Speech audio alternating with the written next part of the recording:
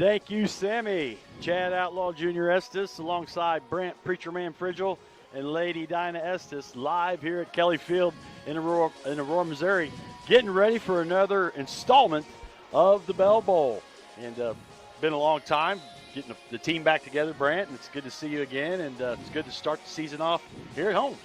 Yeah, Chad, finally football season is here. No better way to start than your old rivals, Mount Vernon Mountaineers. The Bell Bowl is alive and well here at Kelly Field, and the field looks in perfect shape tonight. Yeah, shout out to the groundskeepers. They have taken good care of old Kelly Field. The broadcast team sponsor is the Clark Center. They have offices in Dade, Berry, and Lawrence counties. Go to www.clarkmentalhealth.com to find the phone number for services in your area. Clark Community Mental Health Center, moving forward, improving lives and communities through compassion and care. And now it is time for the pregame show, brought to you by the City of Aurora. Are you ready to get active and have fun in the City of Aurora Recreation Center, where they have indoor tracks, basketball and pickleball courts, exercise equipment, and open gym nightly? Check for youth programs, leagues, and community events in the City of Aurora Rec Center. And that's a new thing to Aurora, and it's beautiful. Been there a couple times. Have you been over there yet? I have not been inside, but I've drove by it, and it is a beautiful facility. Yes. So these two teams come in tonight, faced each other many a times, all the way back to 1919. Both teams are, Aurora and Mount Vernon, are charter members of the Big Eight. And looking at some history, they played in 1919, and then there's a 15-year gap. And in 1934, they started playing again, and for the most time, I played a lot, and it's been back and forth between the two teams. But, Brant, just like last year, we witnessed over in Mount Vernon, when these two teams get together, you never know. Last year, for those that don't know, Mount Vernon escaped with a 7-6 win. Yeah, that was a slugfest over there. Now, both seasons last year, the Hound Dogs, they only won 2. Mount Vernon went on a different trajectory. We won 3. I forgot about that big district game. We won 3. And I think Mount Vernon won 9 last year. Different trajectory there with the seasons. But you can throw the records. It's kind of like the Chiefs Raider. Throw the records out the window. These two teams play each other. It's going to be a hard-fought game both ways. Both teams did lose some senior leaders from each respected group. Last year, all-time leading rusher Braden Dodson from Mount Vernon, and also Johnston was the all-time leading passer. Aurora, on the other side, they lost 12 or 13 seniors as well, Brant. So, and also we haven't got to yet. We want to welcome our new head coach, Ty Kime, to the Big Eight in Aurora, and start out big here between these two teams. Yeah, if he wants to be a legend, this is the game to do it right off the bat. He comes in here with 19 years of coaching experience, 13 he was a coach at in the state of Washington. The big question is, will his coaching style translate to the Big Eight Conference? You know, this is one of the top conferences pound for pound in Missouri. Yes. Seems like they always have 3 to 4 players right there in the state playoff run, all the way from 2A up to 4A. So Coach Kime has studied the film. He knows what he's getting to. He's excited to be here, and I can't wait to see what he has to bring to the plate. Yeah, me too. You know, playing in the Big Eight. He has been in Aurora for 3 years. He was teaching in Clever. So he has seen some of these local TV stations and is a little bit familiar with the Big Eight. And I'm guessing he knew kind of what he was getting into by signing up for this. Don't know how that interview went, but if you beat Mount Vernon, you'll have a lot of red and black fans on your side. But tonight, like you said, Brant, we'll have to kind of see how his coaching style translates to the Big Eight. And it doesn't, he's going up against Tom Cox. He is. I mean, you look at Aurora's schedule. We got Mount Vernon tonight, Nevada. And in my opinion, week 3 is going to be a big game. Monette was coming around last year, and I heard they won some 7-on-7. If you don't know what they do, they spread the ball out and they throw it everywhere. Yes. I think they're going to be much improved this year. Then Lafayette County, Seneca. I mean, you don't get an off week when you play this schedule in the Big Eight. No, we've talked about it last year, and it's the same. No layups. No layups. Well, we want to remind people about the KSWM AM 940 app, as the Apple and Google sponsor is Mercy Hospital. Mercy Hospital of Aurora, where your life's in their work. Mercy Hospital Aurora, where quality care matters. So keep KSWM with you wherever you go. Take your phone app with you to the game, day or night, or for local coverage of high school sports and local news. You'll find the KSWM app in the Apple and Google Play app stores. Also, it's never too late to kickoffs at 7, 27 minutes on the clock. Let some friends, family, alumni afar. Also, if you have the capacity, go to AuroraWebTV.com and you can watch it live as well. And we also have it archived for the folks that can't make the game or after the game. They want to go back and watch that. So it's a big thing at KSWM 940 app once again. Which one? Yep. So the Apple and Google sponsor is Mercy Hospital once again, where your life is their life's work. Hospital of Aurora, Mercy Hospital Aurora, where quality care matters. You're going to hear a lot of sponsors throughout this broadcast. I want to thank each and every one of them. As we came in, you heard the intro from Sammy. I appreciate him. We're doing a lot of work behind the scenes, but we could not do these broadcasts without sponsors, folks. So when you hear some of these sponsors and you see some of these sponsors out and about, please thank them for bringing you Hound Dog football. And Brant said it a minute ago, we got a lot to get to here. Getting ready to do the Keys of Victory here in a minute, but the weather is beautiful tonight here in Aurora, Lawrence County. Right now, about 25 minutes before game time. It looks like 76 degrees and feels like 76. So it is going to be a beautiful night for football.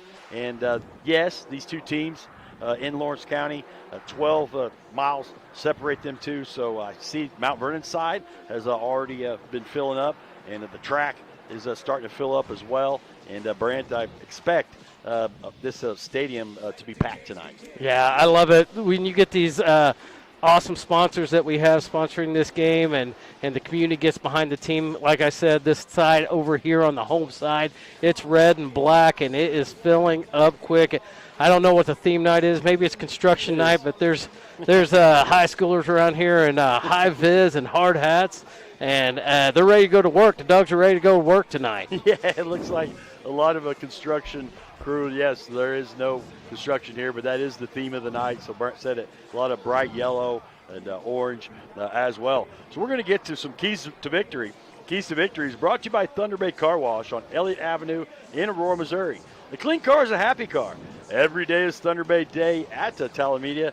And Brant, what is some of your keys to victory tonight? Well, like you said earlier, Chad, Mount Vernon lost some key players, Braden Dotson and Gavin Johnson. Dotson rushed for almost 1,600 yards and 25 touchdowns. Johnson threw for 2,850 yards and 28 touchdowns. And they graduated, which is good news. Bad news is Mount Vernon's kind of like Seneca. They reload, and it's next man up. They have replaced those two. You got QB1 for the Mountaineers, Hunter Dawson, 6'5", 220 pounds. He was a tight end last year, Chad, caught 11 passes for 220 yards.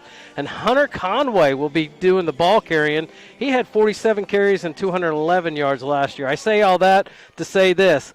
Our offensive key to victory tonight is to control the ball, time of possession. Don't give it back to the offense. The best defense is a good offense. No costly turnovers. Protect that ball, and do not put yourself in the hole. The Dogs did that a lot last year with penalties and negative plays.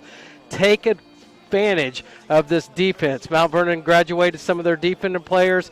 Coach Cox from Mount Vernon said defense will be young and inexperienced. This is a perfect time to get that. We got to take advantage of that with our offense. Defensively, we got to stop the run first. It all starts right there. Keep the ball contained and rally to the football. Be disciplined in your assignments and make them earn every play. No big plays bend, but don't break. One thing that's cool about Coach Kine, he's playing a defense that we haven't seen here in the Big 8. Yes, we're going to be talking about that as well. We've been told he's going to run a 3-3-5. We'll see how that execution works, but playing, we said it, Tom Cox is a very seasoned coach, so this will be interesting, a chess match of its own. Yeah. With that 3-3, Chad, it puts all the pressure on your linebackers. Those big defensive linemen got to eat up blocks. Your linebackers you're counting on to rally to the ball and make the plays. They got to be physical. They got to be disciplined. And Coach Kine, I wouldn't be surprised when you run a defense like this, you have to blitz someone on a regular basis. Every down and distance, I bet one of those linebackers are coming free. Yeah. I talked to alumni Waylon Doty earlier this morning, and that's what he said. You got to have some girth up front, but also you got to have some dogs. We got some dogs, but some dogs for linebackers because it puts more pressure on them. And obviously, Brant, the offense knows what they want to do and where they're going. It's the defense that's on their heels. Yeah. Speaking of dogs, we do have one at linebacker, Brendan Diaz. He led that linebacker group with tackles last year with 87. He's not afraid. He was a sophomore last year, and he wasn't afraid to stick his nose in there. He's put on some pounds. He's a good-looking linebacker. Plus, they moved him to receiver, save some of those hits for the defense. I'm excited to see what happens tonight. Once again, the keys to victory brought to you by Thunder Bay Car Wash on Elliott Avenue. A clean car is a happy car, and every day is Thunder Bay Day at Talon Media.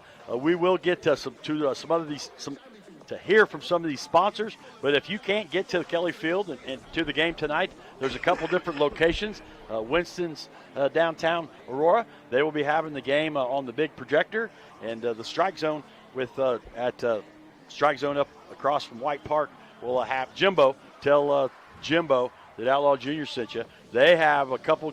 They have a couple monitors on in the bowling alley, and then one in the grill as well. So once again, we need to do a field condition report, and then we will take a quick break to pay respect to some of these sponsors. The field condition report is brought to you by Heritage Tractor, your local John Deere dealer with various locations in the area. It's a great time of year to buy a tractor. Stop in for great deals and low financing once again at Heritage Tractor. What you got? Man, it's a perfect night. Like you said earlier, 76 degrees. I'm glad we didn't start 2 weeks ago when it was 100 degrees. 76 degrees, barely any wind, and I said it before and I'll say it again. We have a all-natural turf, and I'd put it up against any of these fields around this area. Our field guys do a great job. They painted the Big A, the Big 8 conference logo, and that grass looks green and thick. It's a perfect night, perfect place to play football. That natural grass looks plush out there. Ross and his guys did a great job, and like you said, the Big 8 and the Big A on the 50. And also, we were told that Aurora this year will have a special sticker on their helmets as we're talking about the Bell Bowl. Well, he was kind of the founder of the Bell Bowl. Poss Jackson, he was here, I believe, 2 years ago, or was it last year where he came? But we lost him, so they wanted to pay respect to him for having the founder of the Bell Bowl. And you can see down there on the goal line there, Chad, they got PJ for Poss Jackson on the goal line on the home side here towards the south end zone. So, well, I think we might getting ready to do the national anthem. It looks like possibly. The national anthem is brought to you by Winston's Old Doggone Grill. Stop by and see them in downtown Aurora at 121 South Madison. Go grab a smash burger, grab a refreshment, and catch a game on the TV, or call in for takeout at 417-678-2199. So we'll sometimes we can catch it with our mics, and sometimes we can't. Yeah. So you think we ought to try? Let's try it. Let's try it. Speaking of those smash burgers, man, those are dangerous down at Winston's. I could set a record, I'm sure. Okay. But, yep, they're excited. They got the game on the big projector tonight. So, once again, the national anthem getting ready to come. We also want to appreciate the new PA guy, Wes Coatney. The Aurora Maryville Police Department chief is our PA announcer this year. So we're going to take our hats off and have the national anthem.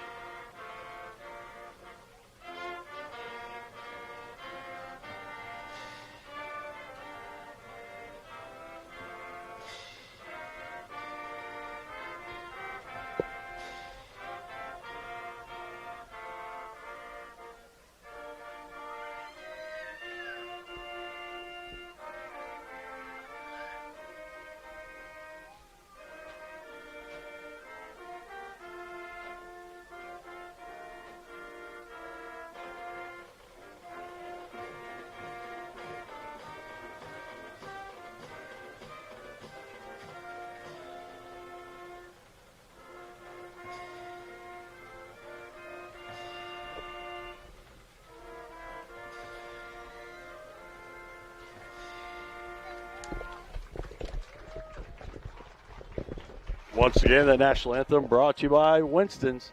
As we're going to step aside real quick and take a quick break. Pay respect to some of these special sponsors. Don't go anywhere. Looks like about 17 minutes on the game clock before the game starts. Once again, you're getting ready to listen to Hound Dog Football right here on KSWM AM 940.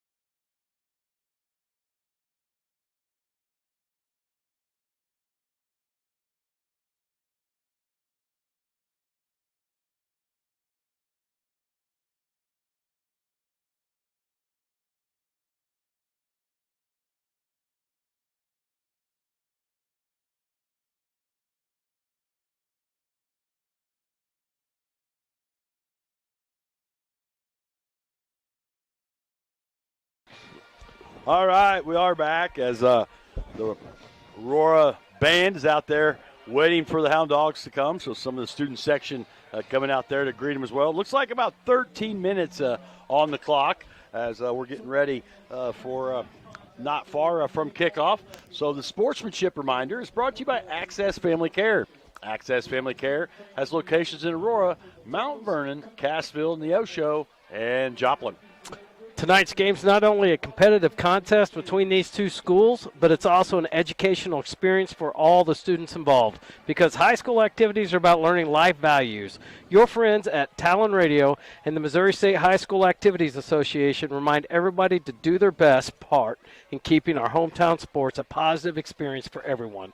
When you attend your next game, do your part to help rekindle the spirit of citizenship by showing good sportsmanship. You'll be teaching a positive lesson and you'll be preserving a proud tradition in the state of Missouri. Thank you, Brant. Yes. And officiating is not easy. There's been a shortage of officials the last, seems like 5 or 6 years on every level. So, be patient with some of these referees as well. We're getting ready to give you some starting lineups. Brent's going to give you the Aurora offensive starters here in a little bit. Starting lineups are brought to you by AFB International. Go to afbinternational.com/careers and start your next career today. All right, starting the captain of the offensive line, the center, number 69, Zach Brown.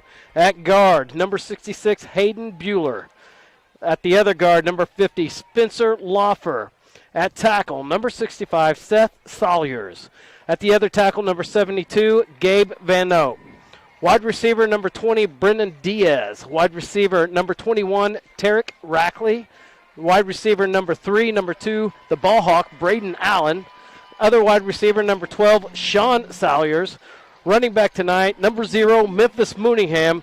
And the captain of the team, number 15, quarterback, Sean Creasy. Right. Also in there will be Eddie Ibera at tight end, Zach Fries at tight end, and Cooper Weeder at running back. Thank you, Brent. Mount Vernon comes out first as their crowd gives them some respect, and Aurora still waiting for the dogs to come out. But once again, that starting lineup was brought to you by AFB International. Go to afbinternational.com/careers and start your next career today. You'll hear a lot of different special sponsors throughout this broadcast. We thank each and every one of them. Here in a little bit, the coin toss is going to be thrown. When we get to that point, I'm going to go ahead and let everybody know who is the coin toss sponsor. Heritage Tractor, once again, your local John Deere dealer. They offer new and used equipment for your backyard, farm, or ranch, with equipment ranging from construction and compact utility tractors to mowers and recreational vehicles. They work hard to find the right products for you. Stop by or visit heritagetractor.com. So, Brett, we didn't really get to talk about it much we are still in the pregame show, once again, brought to you by the City of Aurora. Go check out their rec center as they're looking for more memberships as well. Check out for youth programs, leagues, and community events with the City of Aurora Rec Center. Also, they have an indoor track. But we didn't really get to talk about not only the lack of depth, but only 4 seniors on this Aurora squad. And 2 of them, Treston Lopez and Braden Allen, played last year, but the other 2, Juan Guido and James Powell, they got recruited by their fellow classmates. They did. We graduated a lot of key players, especially on the offensive and defensive line.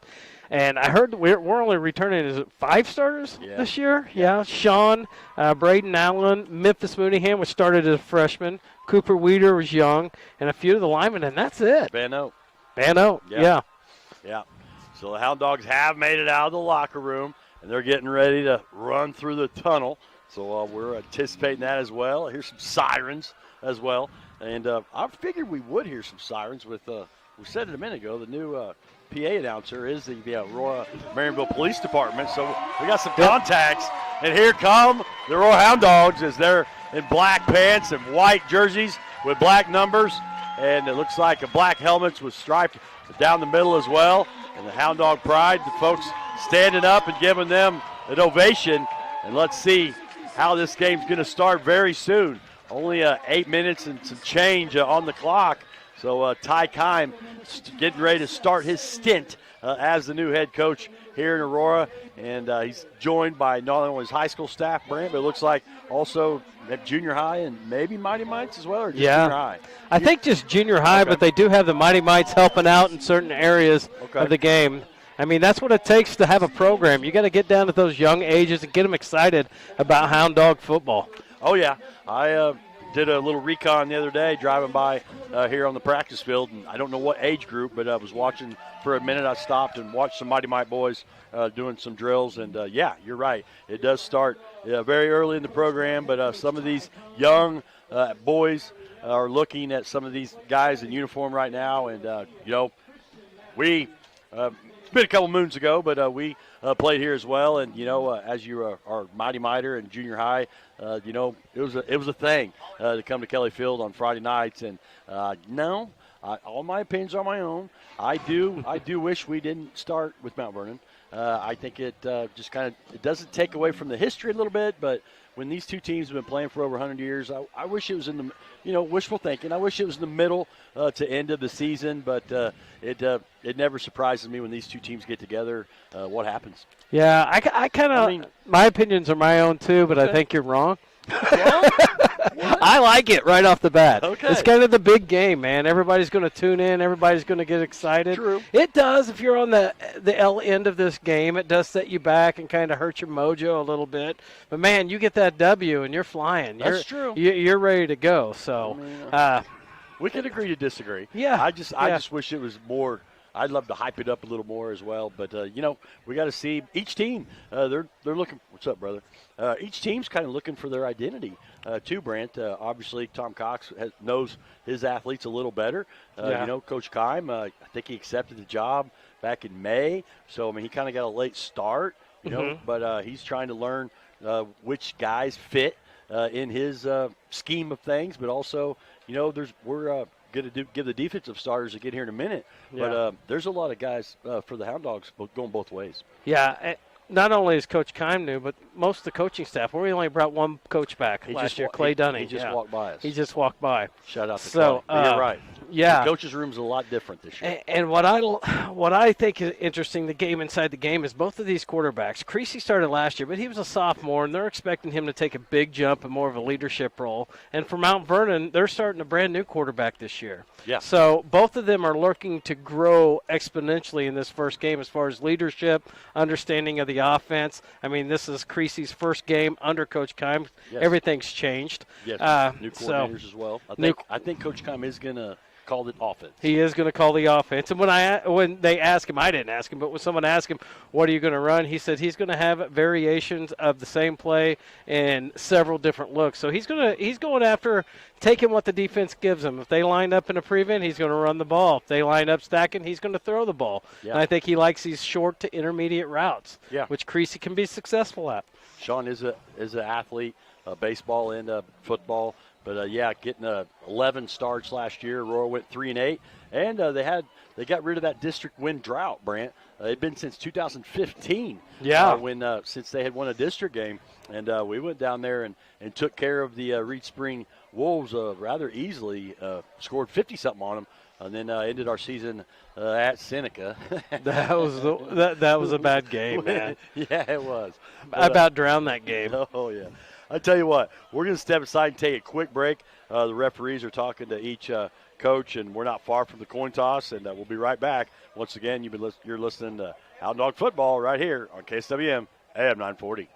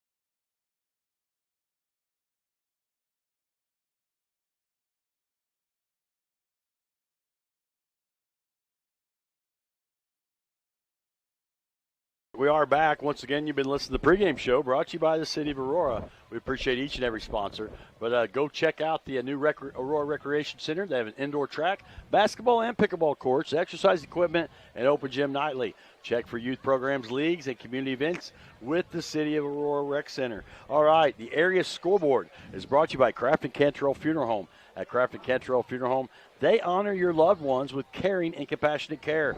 At Craft and Cantrell, their goal is to lighten your burden in your time of sorrow. Brant's going to keep an eye on the Big Eight or on the coin toss for us as each coach coming out with some captains. Looks like in the Big Eight tonight, Nevada at Monette, Seneca at Cassville. Right here, Mount Vernon versus Aurora, McDonald County at Lamar. Springfield Catholic is traveling to East Newton. That's in the Big Eight.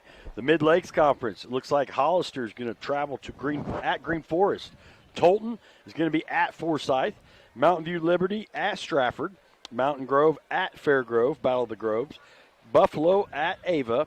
And Logan Rogersville at Reed Spring. Looks like in the Ozark Mountain Conference as well. Osage at Bolivar. Branson at Harrison. Last night there was one game. Marshfield 7, Parkview 6. That was a final. Mountain Home Arkansas travels to at West Plains. Van Horn is coming to Hillcrest. And Capital City at Carl Junction. Stockton at Marionville in the Southwest Conference. Pierce City at Houston. Diamond at Ashgrove. Clever will be traveling to Miller. Sircoxie at Skyline. In the COC, Waynesville at Carthage. Nixa at Republic, Brant. That ought to be a good one. That'll be a good game. Lebanon travels to Webb City. Glendale at Neosho. Kickapoo makes the trek to Joplin. And some more Tiger talk. Ozark at Willard. So that, once again, we'll try to get you some scores. That, once again, the area scoreboard brought to you by Craft and Cantrell Funeral Home, where they honor your loved ones with caring and compassionate care. At Craft and Cantrell, their goal is to lighten your burden in your time of sorrow. And it looks like the coin toss brought to you by Heritage Tractor. Stop by and see them or visit heritagetractor.com. And what'd you see, Brent? All right, Mount Vernon won the coin toss. They deferred to the second half, so Aurora will receive, and they will have their backs towards the north end zone. So they'll be defending that north end zone when they go on defense and scoring towards the south. All right. So this crowd's coming to life. They're ready for kickoff. There's zeros on the scoreboard right now, but they're about to reset that to 12, and we're about ready for football. Look at the gate.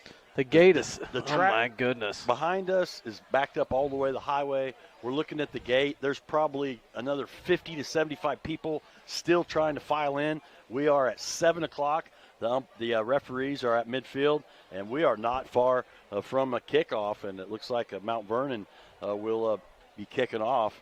So we already gave you the offensive starters for Aurora.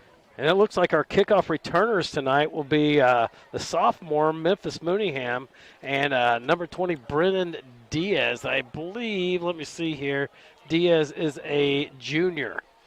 Well, we got to see the Memphis Mooneyham coming out party last year. I believe it was the last home game here against Cassville. He took a screen pass, pretty much 91 yards to the house. And so now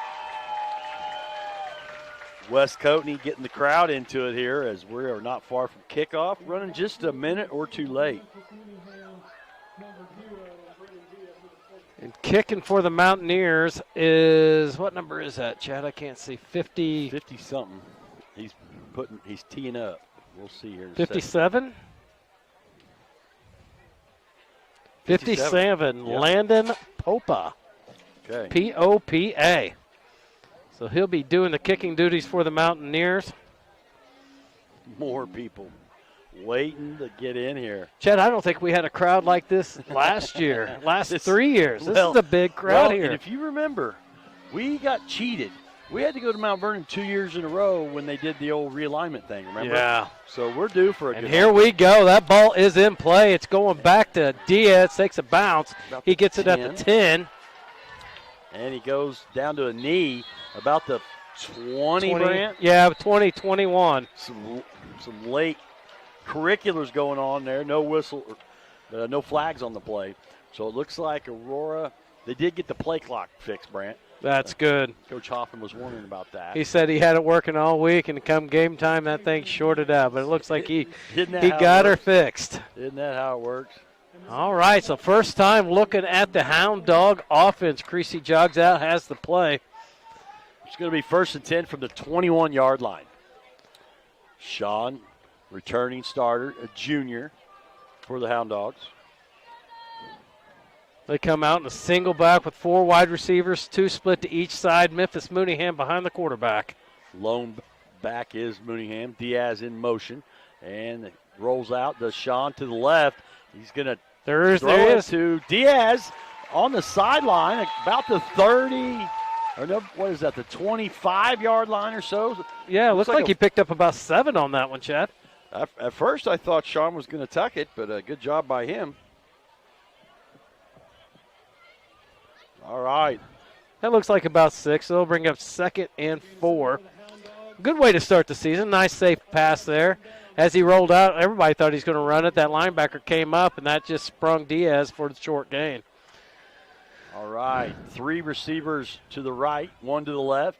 Memphis in the backfield with Sean, and he hands it off to Mooneyham, and he swallowed up. Maybe got back to the line of scrimmage. We'll wait and see after the pile. Once again, this first quarter brought to you by Ozark Business Services. For all your tax preparation needs, give Ozark Business Services a call at 417-440-4405 or go visit them at 103 East Church Street in Aurora. And what'd you give him? It was maybe they're giving him a yard on the scoreboard, but it wasn't much of a gain there. Still brings up a 3rd and a long 3 on about the 28-yard line. Creasy in shotgun, man in motion. And he does hand off again, and no, nothing there as lost Mooneyham a couple. goes backwards. As let's see who was that on the tackle. Number 10 was Hunter Dawson, the opposing quarterback. So it looks like right off the bat, Aurora is going to punt, and Braden Allen is going to be the punter. Another hole to fill is Jaden Carpenter was the full-time punter last year, Brant, and we lost him to graduation. And he had a boot last year. A couple of those were 60-plus. So 5 yards on the first drive for the Hound Dogs. Braden Allen does receive the punt and barely gets it off, and it's going to We got a flag, Chad. That's running into the kicker, I think. It was 4th and 5, and there was a flag, and Braden did get it off with some heat coming. They're going to... That's a legal shift. Legal shift against the Hound Dogs. So it was not running into the kicker. Only about a 20-yard punt. If the Mountaineers decline this, they'll take over on the 45. Well, the defensive starters are for They did decline it. Hound Dogs, brought to you once again by AFB International. Go to afbinternational.com/careers for your next career choice. Spencer Laufer, Eddie Ibera, and Gabe Van Oud are going to be the defensive linemen. Linebacking core is going to be Cooper Weeder, Zach Freeze, and Brennan Diaz. The D-backs will be Braden Allen, Memphis Mooneyham, Treston Lopez, Sean Sawyers, and Tarek Rackley. So it looks like shotgun formation is Dawson. He's about the 50, the ball on the 45. They're going north, and he hands it off. No, he fakes the handoff to number 11 and puts his head down and gets to the 40. Started on the 45. So going to give Dawson about 5 on the carry there, as I wasn't for sure if he was going to give it to Nordyke coming around, but he faked the handoff and tucked it. And did you give him 5? Yeah, it looks like 5. It's a long 4, but it looks like they gave him 5 there. And, Chad, that time the Hound Dogs only had 2 down linemen, and the rest were linebackers there. I don't know how that's going to hold up against this Mountaineer rush, but we'll see what happens here. 2 again. Yep, only 2 down linemen, 1, 2, 3, 4, 5 linebackers here. A little unorthodox. Here comes the blitz in the backfield. Got him in the backfield. It all started right there. Weeder. Number 30, Cooper Weeder in the backfield. There was a no gain on that one. Looks like Weeder and Allen in there as well. Good job. Good penetration. Kind of confused the offensive line there. Like I said, there's only 2 down linemen and about 5 linebackers back there, but at the snap of the ball, Coach Kine blitzed 3 of them, one of them being Weeder, and he slowed that play down in the backfield. 3rd and 5. Under center is Dawson. It is a pass. Handoff, rolls out and caught on the near side, the 30, the 25, started on the 41. So first picked up about 12 there. So first down for the Mountaineers as Hunter Dawson listed at 6'5", 220. And he slung that one to the near side for a first down. Two receivers to each side. Dawson in shotgun formation. First attempt for the 24. He's rolling out, and he finds a man and hit. Who is that, Brant? That's Memphis Mooneyham, number 0, but the pass is complete to number 5. Well, write that one down as Memphis. He might be a candidate right there for hard hit of the game. Brought to you by the Hound Dog Barbershop. That was a good hit, but it was a positive play. 2nd and 2 from the 16. Mount Vernon driving. And now Dawson calls his own number and gets to the 10, the 5, and inside the 5. And started on the 16, so another first down for Mount Vernon. And Dawson, as he lunges get forward. About 12 there? Yes, they said first and goal from the 3-yard line. So Mount Vernon is moving the ball early here. First down and 3 from the 3-yard line. 7:36. Your score still 0-0. 18 on the play clock. He's under center quickly. Hands it off to 34. That's Conway, and he got in. He is in for the touchdown. Gain of 3 yards. Hunter Conway lumbered forward for 3 yards for the touchdown. Put the Mountaineers, up 6-0. And there's that dreaded bell from Mount Vernon. They brought it with them. 7:26 in the first quarter. Looks like Popa comes out here to try the point after Mount Vernon runs on a player late, but they still have 22 seconds. All right, going for the PAT here. Here's the snap. The hold's good. The kick is barely through. Line drive. But it went through. 7-0, Mount Vernon Mountaineers with 7:26. Hound Dogs get their second crack at it tonight in just a moment. All right, so that didn't take long. It was a short field after the punt for Mount Vernon, but they go 45 yards on the drive, and they capitalize first and take the 7-0 lead over the Aurora Hound Dogs. So Aurora on the opposite side, 3 plays, 5 yards as Mount Vernon moved the chains and did what they had to do, but they get the first punch in this ballgame. And it looked like Aurora did a good job against them. And Diaz back again to receive. Popa lines it up, and he kicks it. It is a pop fly. It's going to go. Memphis gets it about the 20, drops it. And it's covered up. Yeah, picks it back up, and no place to go. So the Dogs will take over about the 19, it looks like, Chad. Well, last time I think they started on the 21, so not much difference there. But they got to sustain a drive, and you got to start with getting a couple first downs. Mount Vernon's got the confidence early. I don't think that wasn't Memphis. That was Tristan Lopez. Okay. Yeah. Yep, just slipped through the old bread basket there, and by the time he picked it up, there was 3 Mountaineers on him. 1st and 10 from the 20-yard line officially, they're going to call it. Once again, it looks like trips to the right. Creasy in shotgun. Mooneyham back there with him. One receiver to the left, and he's going to throw. And quick strike to the receiver. He caught it. Can't wait to see it. Is that Sawyers? I think so. He had a longer gain than that, and they ran backwards a little bit. Sawyers for a 2-yard gain, number 12. I can't see those. We should have moved those over a little bit. So bring up 2nd down and 8. I think he had about 4 or 5, Chad, but he tried to avoid a tackle and went the wrong way. So Sawyers on the catch. He's listed at 6'3", 140. He's a junior. 2nd and 8 from the 22. Positive play. Once again, trips for the Hounds.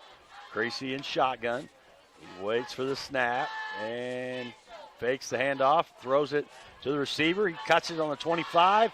Gets across the 25 to about the 30. I'm waiting to see who that was, Brent. Was it Diaz? It was Diaz, I believe. That's right at the sticks. We'll wait and see what the chain gang does. They're going to give him a first down. All right. Well, first down of the season for the Hound Dogs. That's brought to you by Pettit Law Office. They are your local legal team practicing personal injury, workman's comp, and estate planning. Give them a call at 417-678-2187. That was a pretty pass by Sean, and quick pass where no pressure there. Yeah, it's a little play action. Faked it to Memphis, swung Diaz out on a little wide receiver screen, and Diaz did the rest. Now he's under center, and he hands it off, and Mooneyham gets one or two, but once again, he's gobbled up. Not much room in there. Mountaineers are penetrating through those lines, and Memphis isn't even getting a start, really. That was Memphis on Memphis, because Memphis Montgomery was one of them on the tackle, Brandon. Oh. Yeah. And Hunter Conway as well. So 1 yard on the play. Cooper, up 2nd and 9. Cooper Weeder's back there at running back now, kind of in the pistol formation. Sean. Oh, no. Nobody's there as he went to pitch it to Cooper Weeder, and nobody was there, so that's going to be a negative play. Started on the 31, and that was just a lack of communication, and that's going to be about a 10 or 11-yard loss. I guess you got to give that to Creasy, Brant. Yeah, it was an option play, and Weeder went one way and Creasy went the other, and Creasy kept his eye on the pitch man, and when he went to pitch it, there was no one there. Luckily, he got back there and covered it up. So now we got 3rd and 21, 3rd and forever. What kind of play do you draw up 3rd and 21? They got trips to the left, one receiver to the right. That's Braden Allen. Shotgun formation is Sean. Now he's going to roll out, and he's rushed, running for his life, and he does throw it to Allen, but he's out of bounds. It was over his head, out of bounds, as once again Hunter Dawson on the coverage. But Allen's got 1 first down and then went backwards. So a 4th and 21 from 19, and that one hurts, Brant. You got to try to get a couple first downs and keep the ball away from Mount Vernon. Yeah. Already up 7-0, and now Allen backed up again in the shadows of the end zone, standing about the 4 to 5 yard line. Mount Vernon almost blocked this last time, Chad. And they do get it off. Now Allen, that one's off the side of his foot as well. And it goes out of bounds around the 42 or 3 yard line. Yeah, still only about a 22-yard punt, Chad. Yeah. So Mount Vernon will start again. That's a big difference from last year, Brant. Yeah. I can't tell you how many times Jaden Carpenter flipped the field. He did. So again, Mount Vernon will start out in Hound Dog territory, about the 43-yard line, taking the short field. And plenty of play clock hadn't even started. So still 25 now starting. 4:35 left here in the first quarter. 7-0 Mountaineers lead. Here comes those linebackers. And it's incomplete. Did he catch? No, I think it was incomplete. It was incomplete. Yeah. Sorry to say, the lineman, there would have been illegal touching, but good pressure by Laufer and Weeder in there to tear that play up, and brings up 2nd down, and they just tried a little screen there to the back, and Dawson going over to the sideline. Plenty of time on the play clock, going all the way over to Tom Cox. Still 18, as they're in no hurry. 2nd and 10 from the 43-yard line. Hound Dogs getting good pressure back there. Still just with those 2 down linemen, but they're bringing those linebackers and what you call defensive backs almost every single play. Now they have 3 down linemen here. Trips to the right. Shotgun is Dawson. Here comes those linebackers again. Rolling out and throws it out of incomplete. Bounds. And I was told, Brent, that Jeremy Neville is the defensive coordinator. Okay. New coach for Aurora. I believe he was a basketball coach in Monette a couple years ago, and then last year he was at Greenfield. So 8-man. Yes. Yep. He's seen plenty of passing over there in 8-man. That's very true. So that brings up 3rd and 10 from the 43. 2 incompletions in a row. Yeah, looked like Conway just kind of Dawson just kind of sailed that one just a little bit. He did have an open receiver. Beautiful night here at Kelly Field. Brings up 3rd and 10 from the 43. He hands it off to 34. That's Conway, and he's tackled about the 36. Start on the 43, so this is going to be interesting. The draw, that was a 7-yard draw for Conway. It's going to bring up 4th and 3, Brant, from the 36. Zach Freese came up and made the tackle. This is a good, solid tackle. Yeah, 4th and about 4. Did you say 4th and 3? 4th and 3. That's what the board says. 4th and 3 is what the board said. It's 3.5. 3.5. There you go. Even the cheerleaders are construction workers tonight. Yeah, putting in work. That's right. Aurora don't go to school on Friday, right? So I don't think so. Extra work. Here comes the crowd. Dawson. Incomplete. Hound Dogs hold. It was intended for number 6, Ty Orr, and it was incomplete. So the crowd gives them something to get fired up about. And speaking of this crowd, Brant, yeah, it is wrapped around the track. Stands are full, wrapped around the track. I love it. Well, like I said, the gate deserves it because Mount Vernon got gate 2 years in a row, so it was time to host. But they've also had the Bell Bowl since 2022. Yeah. So 7-0 Mount Vernon, 3:39 left in the first quarter. Hound Dogs really haven't got anything going consistently on the offense. They started moving a little bit, but then went the wrong way with that one big play. So here they come out in a pistol. Trips to the right again. Formation. Creasy gets the snap, and this time he hands it off to Memphis. He get almost a face mask. I think there was a face mask. It looked like Conway, or no, it was Dawson again.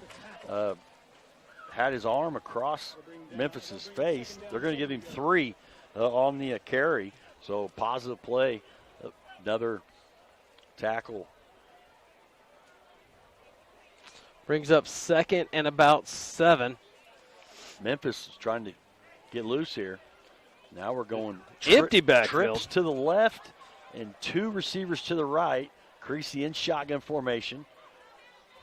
And he gets the snap. Pressure off the edge, wide receiver screen, Tarek Rackley. I think he lost one there. He started on the 39, and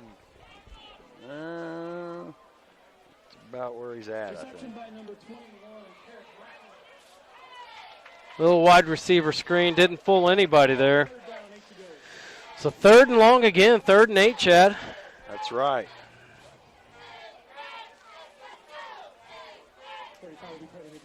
Third and 8 from the 38. Mount Vernon has about 4 guys right there on that first down yard marker. Now they creep their safeties forward. Everybody within 5 yards of the line of scrimmage. Pass is complete. That's a first down. About the 47-yard line. Tarek Rackley again. That first down, once again, brought to you by Pettit Law Office. They're your local legal team. Braxton, personal injury, workman's comp, and estate planning. Give them a call at 417-678-2187. And I was told that they were going to do water breaks. And I know the temperatures have been alleviated this last week, but they did not. They have not. It's already past half of the quarter, so they're not going to give a water break tonight, which kind of surprises me. Yeah. Comes out in a power I this time. Something different for the Hound Dogs. Pitch to the left. Mooneyham gets it. Still not much room. Maybe gets back to the line of scrimmage there. Not much room there. Mountaineers are getting a lot of penetration through that line. So no gain. Bring up 2nd and 10, but that is a different formation. He came out. First time we've seen a full backfield there with a fullback and a running back and kind of like an H-back there on the edge. So Mooneyham comes out. Weeder is the lone back. Trips to the right again. 1 receiver to the left. Sean in shotgun. Now man in motion. Zach Freeze. Now Sean rolling out to his right. Looking to the sideline and sails that one as he was looking for Braden Allen. Braden can jump. We saw that last year. He went and won a lot of one-on-ones. That one was just a little bit too high. 1:06 left in the first quarter. Still 7-0, Mount Vernon. Both teams have kind of stagnant here in the last few drives. 3rd and 10 for the Hound Dogs. Keep getting in this 3rd and long, Chad. I'd like to see us get a good first down play and start getting that 3rd and 3, 3rd and 2. Yeah, that helps your playbook as well. Yeah. When you get positive yards on first down. 3rd and 10. He is looking to pass. Shotgun is Creasy. Now there's a penalty, and he tucks it. He does get the first down on the far side, but where those 2 flags are, Brent, looks like holding. Some of the Aurora linemen are not going back downfield. Yeah, I think that linebacker that blitzed there for Mount Vernon was just tackled there. Hound Dogs guilty of the hold. That will negate about a 20-yard pickup by Creasy. Sean got the first down with his legs, but did not. One of the linemen caught for holding. Parkway Plumbing, Heat and Air wants to help keep the players safe as well at home. So they care about keeping your home comfortable all year. Give them a call for your heat or AC needs at 417-678-3839. That's 417-678-3839. What was that? That is a holding on the Hound Dog, so it'll bring up about 3rd and 20 here, Chad. That one hurts. That one hurts. That cost us about 30 yards in field right there, plus a first down. So last drive, it was 3rd and 21. We'll wait and see. It's 3rd and 20 here. That'll bring up 3rd and 20 with the penalty yard. From the 38-yard line. Once again, first quarter brought to you by Ozark Business Services. We appreciate all the sponsors tonight. Shotgun formation. 2 receivers at each side. Creasy in shotgun. And he hands it off to Rackley around the side. And he gets to about the 40, and he's cut up. Started at the 38. So it's going to be a couple yard pickup on the play.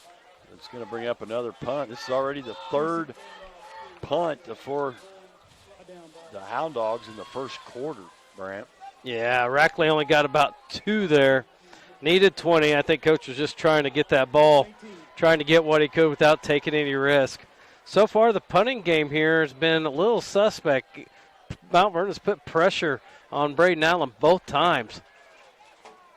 Again, That's pressure on him, but that is a better punt. Fair catch at the 26. So that's about a 10, 20, 35-yard punt. So that's about 12 yards farther than he has kicked it. And this is the first time Mount Vernon starts out on their side of the field. Yeah. Start out about the 27-yard line this time. So 14 seconds left in this opening quarter. 7-0 Mount Vernon. If Dogs can hold them here, they should have pretty decent field position. Yeah, the sun was in the receiver. That was Lucas Shane on the fair catch. But he did do the right thing and fair caught it. So it's about right at the 27-yard line. So they are receiver to each side. 5 down linemen now for the Hound Dogs. Shotgun. He does hand it off to 81 on the jet sweep around the right side. Gets across the 35, the 40, and he's knocked out of bounds. Ooh, that one almost went the distance. About a 20-yard gain there on first down. Just a jet sweep. All right. So that's going to be 5 seconds left in the quarter, but another first down brought to you from Mount Vernon as they are about the 48-yard line. Felton there got it there on the jet sweep, got about a 20-yard gain, almost went the distance. I couldn't tell what Hound Dog got a hold of him, just nudged him out of bounds.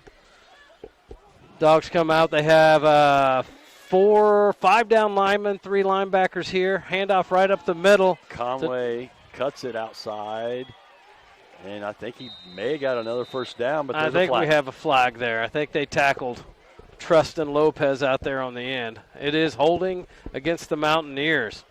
That is the first penalty against Mount Vernon. Did they say, let's wait for the official call.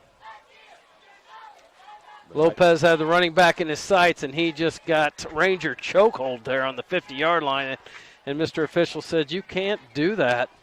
I'm waiting for him to walk it off. That penalty, once again, brought to you by the Garden Exchange, where you'll never be penalized for holding their coffee. Come see them downtown Aurora at 22 East Olive Street in Aurora, Missouri. And looks like that does it for the first quarter. 7-0 Mount Vernon Mountaineers. All right, don't go anywhere. 7-0, like he said. Second quarter brought to you by Matt Maple Century 21 Family Tree. We'll be back after this. Once again, you're listening to Hound Dog Football right here on KSWM AM 940.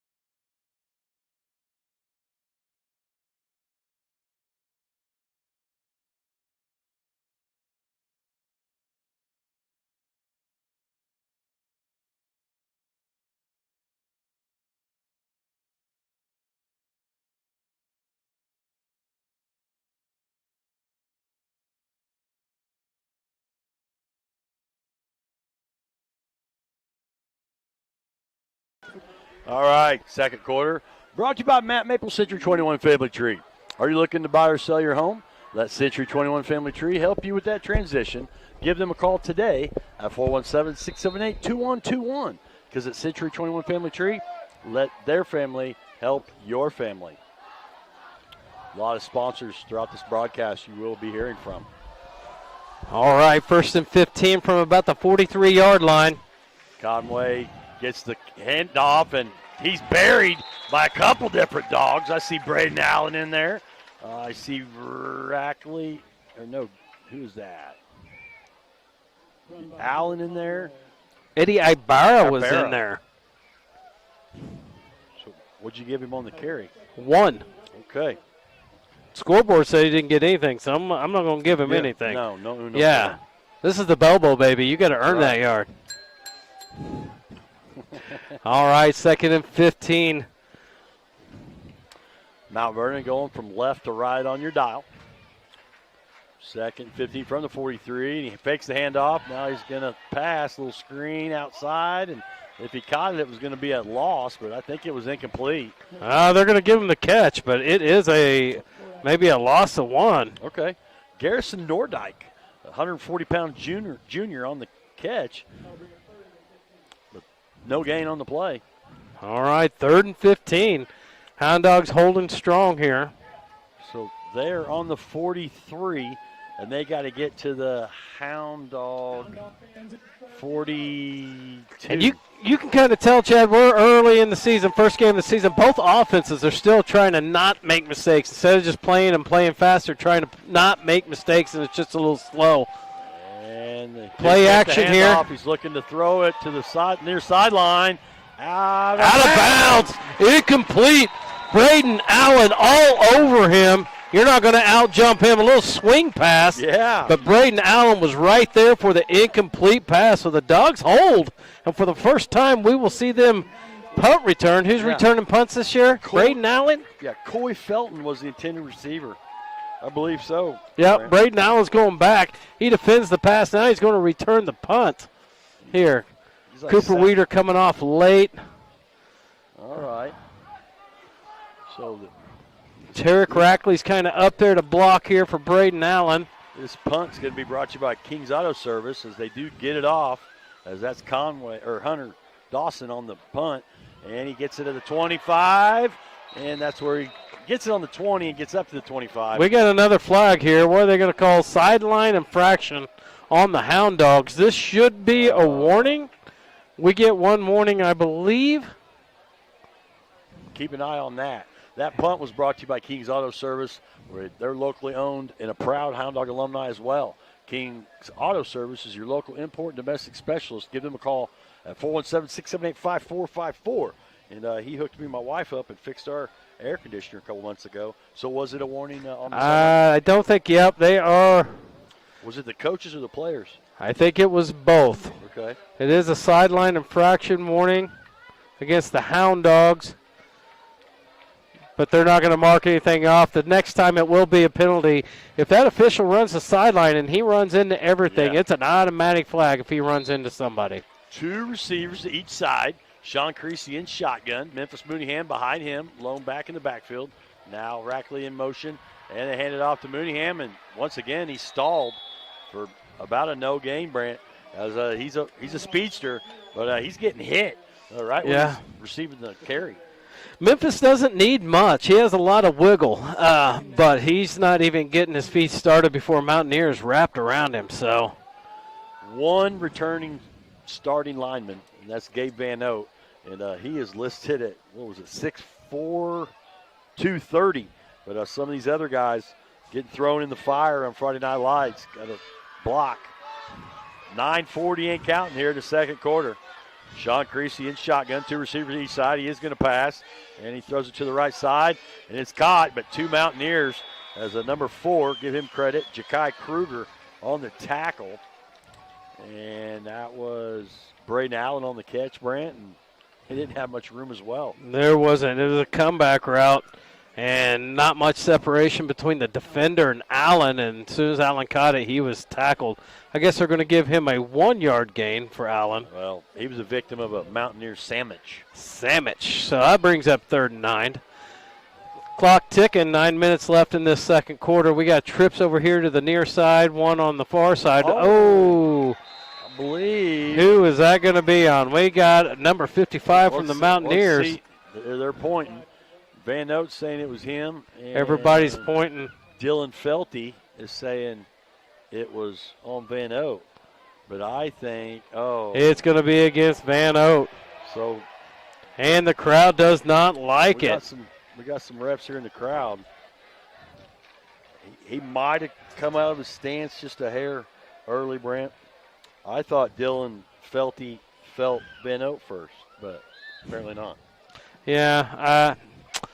Once again, going backwards. Yeah, going backwards. 3rd and 13 now. Still got trips to the near side. Going to have to throw the ball farther than 5 yards down the field. Creasy rolls to the near side.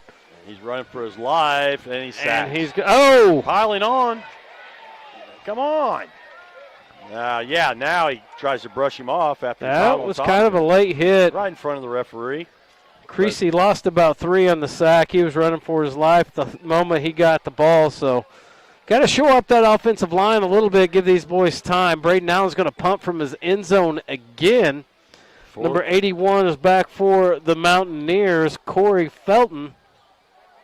4th and 18 from the 16. And Allen does receive it, and he does get a decent spiral punt off about the 47-yard line. It is caught by number 81, who's Coy Felton once again. So that's the 4th punt for the Hound Dogs. Hound Dogs only registered 2 first down and 4 punts. So offense needs to pick it up a little bit in this second quarter. And Mount Vernon's starting in Hound Dog territory again. For the 3rd time. Yeah. For the 3rd time, Chad. So they are definitely winning on the scoreboard and the field position game as well, having an opportunity to start on another short field for the Mountaineers. 1st and 10 from the 47-yard line. 8:03 left here in the second quarter. Once again, brought to you by Matt Maple Century 21 Family Tree. Trips to the left for Mount Vernon, and he hands it off to Hunter Dawson, and he swallowed up. Let's give some credit, Brant. Yes. There's a dog pile in there. Who's in there? Bunch of dogs. Laufer, Van O. Cody. Nope. Gabe Van Oat. That's who I saw down in there. And I saw Sawyers. And Laufer. For no gain for Hunter Conway. Honestly, the Dogs have contained this running game just a little bit. Yeah. I mean, Conway only has 9 yards on 5 carries so far. If it wasn't for that scamper with the quarterback, that was their longest run of the night. Hunter Dawson has 17 yards on 2 carry. He's going to pass here.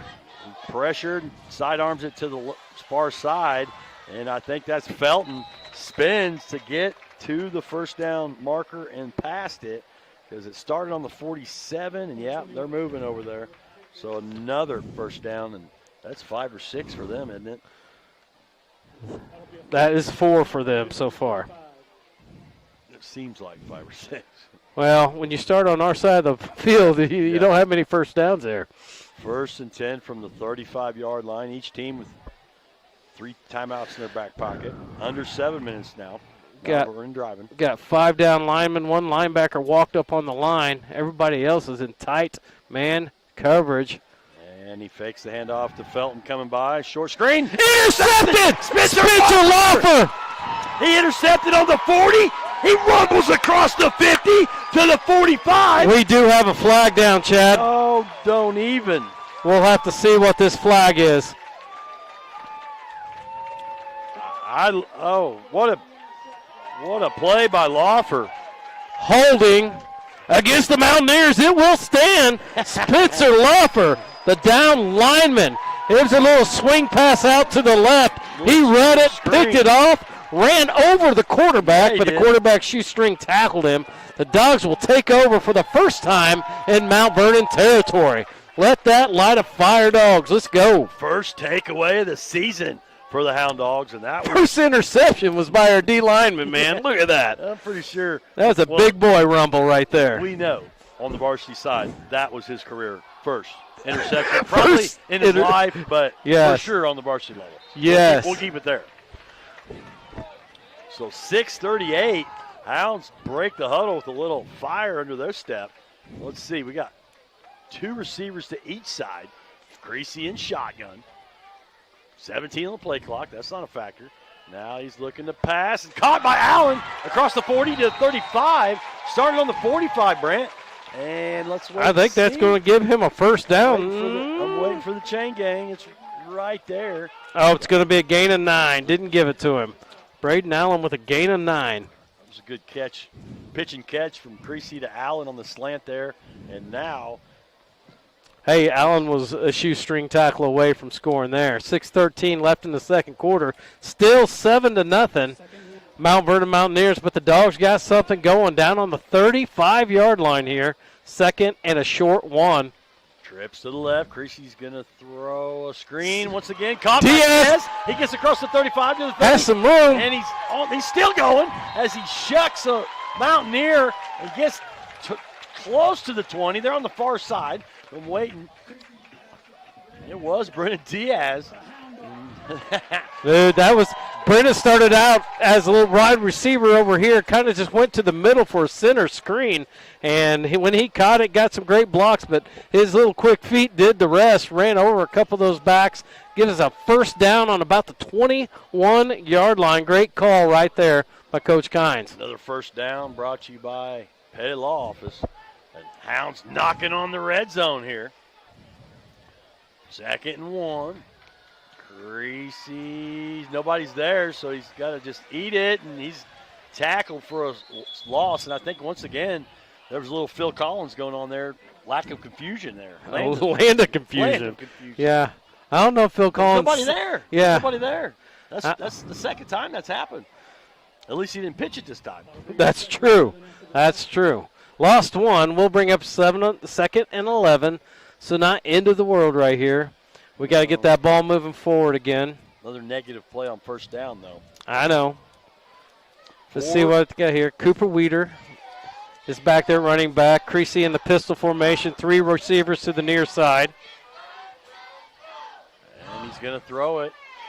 And he rolls out. Oh, he's got him. Zone. Touchdown! Braden Allen! Touchdown! Over the shoulder. 22-yard catch. And that was all. Allen with the athleticism, but you got to hand it to Creasy there, Brent, leading him perfectly. And we've seen Allen make so many catches like that last year. Many of them didn't count because of a penalty or something like that, but Creasy put it only where his receiver could get it. Allen is an athlete, does the rest, went up, got it. 7-6 Hound Dogs, 4:33. And here comes our new field goal kicker. Juan Guido, number 35. It's down. Kick is up. And ladies and gentlemen, we got a tie ball game here with 4:33. The Bellbolts tied up 7-7 on a great connection between Braden Allen and Sean Creasy. Guido puts it through for the extra point. Dogs are rolling. No skunks in this house. That's right. DKOD. I got to catch up here real quick as that touchdown was brought to you by Grant Baker Shelter Insurance, where he's been serving Aurora and the surrounding area for over 20 years. Give him a call at 417-678-5404. And that extra point was brought to you by Architectural Systems Incorporated. Find a rewarding and innovative career with Architectural Systems Incorporated, turning any concept involving metal into reality. And that was that. And what I was going to say there a second ago, though, you've got to remember on that third down stop by Aurora, who was it? Allen. Broke it up in coverage and then turns that into a touchdown later and sustains the drive. And Chet, that was big. That play right there was backyard football. That was a broken play. That wasn't the original design. Creasy went on a scramble because he got early pressure, rolled out to his right. Him and the ball hawk have a great connection. He took off downfield, kickoff. Guido kicks it about the 20. Here we go. 25, 30, 35, and that's Hunter Conway. He's tackled about the 38-yard line. By Eddie Ibarra, so Mount Vernon will take over about the 38. Did we do a kickoff report there? Well, I rang the bell, but I'm looking for it. Thank Right you, brother. there. Don't kick off your next project without a trip to Forge Build on Church Street in Aurora, Missouri. You'll find all the supplies and tools for any project. Give them a call at 417-678-4488.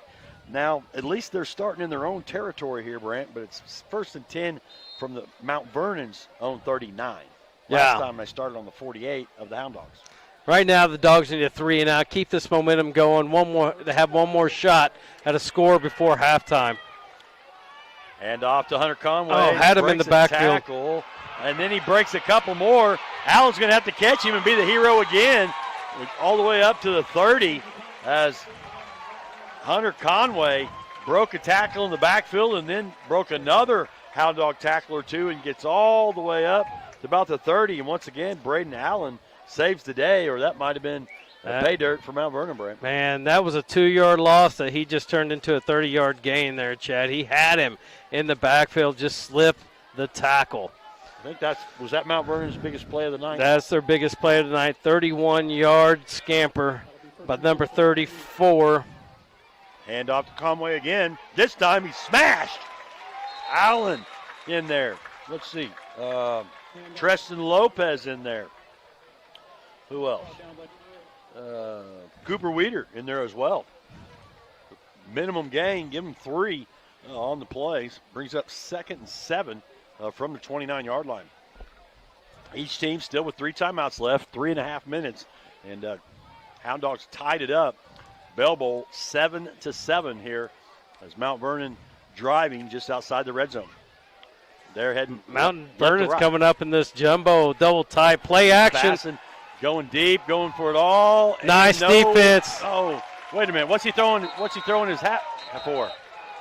Why is the ref throwing his hat for? What's that? I don't know. No, if he's calling interference, that's not a great call. No. What is he doing? What is he doing? Pass interference on the Hound Dogs. Dude, that looked like pretty good coverage to me. No way. Well, he don't even have a flag. No. He didn't even come prepared to work tonight. No. He's had to throw his hat, but I disagree.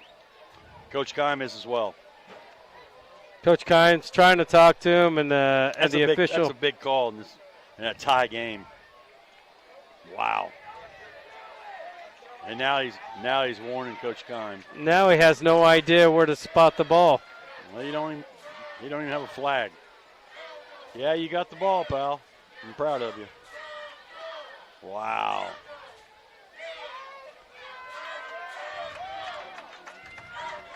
So he's going to mark it off from the 29. It'll be a 15-yarder. 14 then.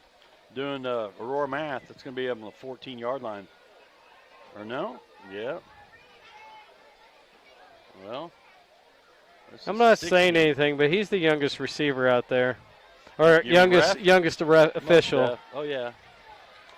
1st and 10 from the 16. So that was kind of weird. He started on the 29. So a 13-yard penalty. All right, Hunter Dawson hands it off to Hunter Conway. Not much there. Have to go back and watch some Aurora Web TV later to see if there was much contact there. No, Lopez looked like he had position inside of him. I thought he was step by step. Yeah. Oh, well. 1st and this will be 2nd down. Clock still ticking. 2:45. Hurries up. And they pitch it wide to Conway. He cuts it back inside the 10 to the 5, and he needed 7. I think he got 8 or 9. That was a big call in this game. See if the Hounds can burst and goal from the 5.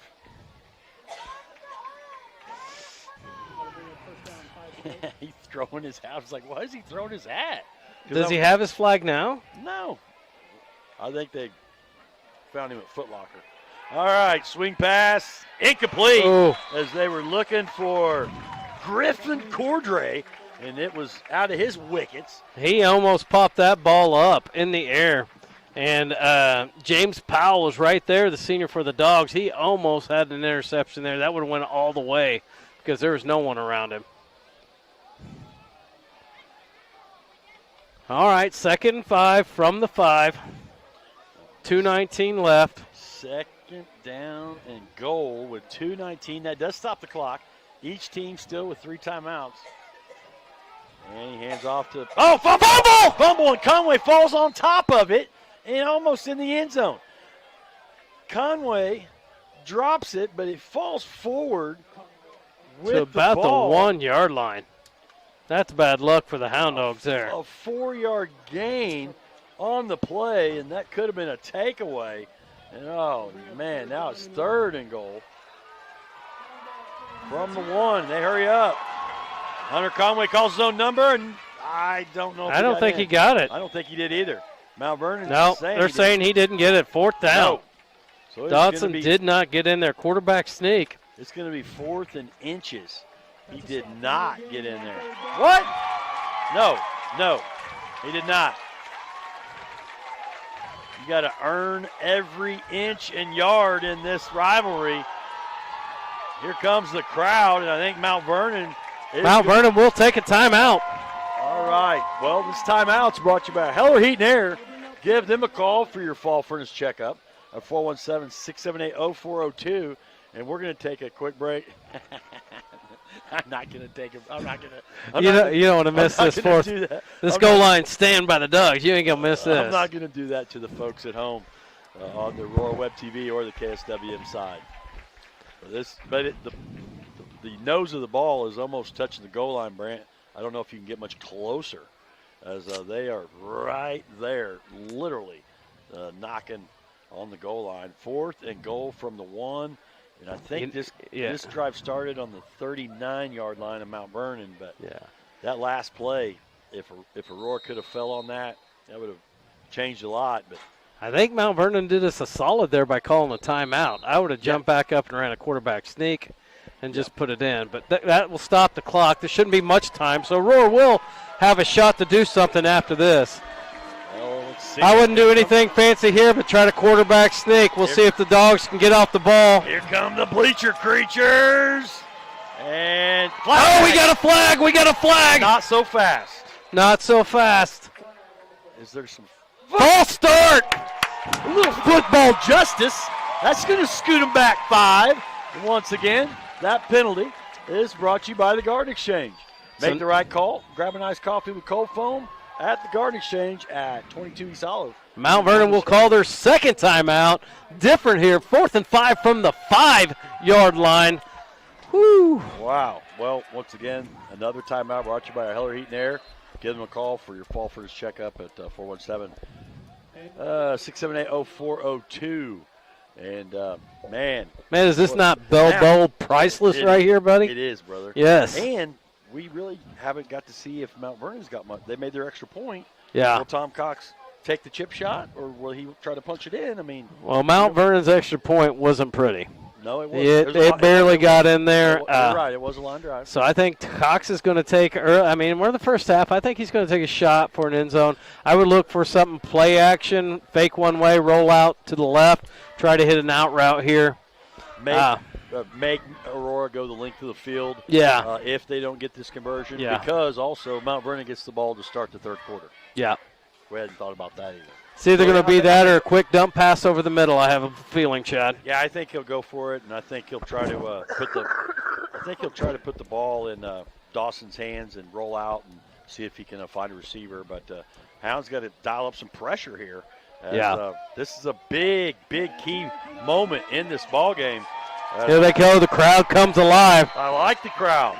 There's been times I can't even hear myself on the headset. The crowds have been so loud.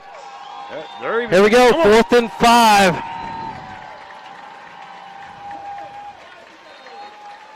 Here come the bleacher creatures. Mount Vernon breaks the huddle. Watch. Under center. There it is. Handoff.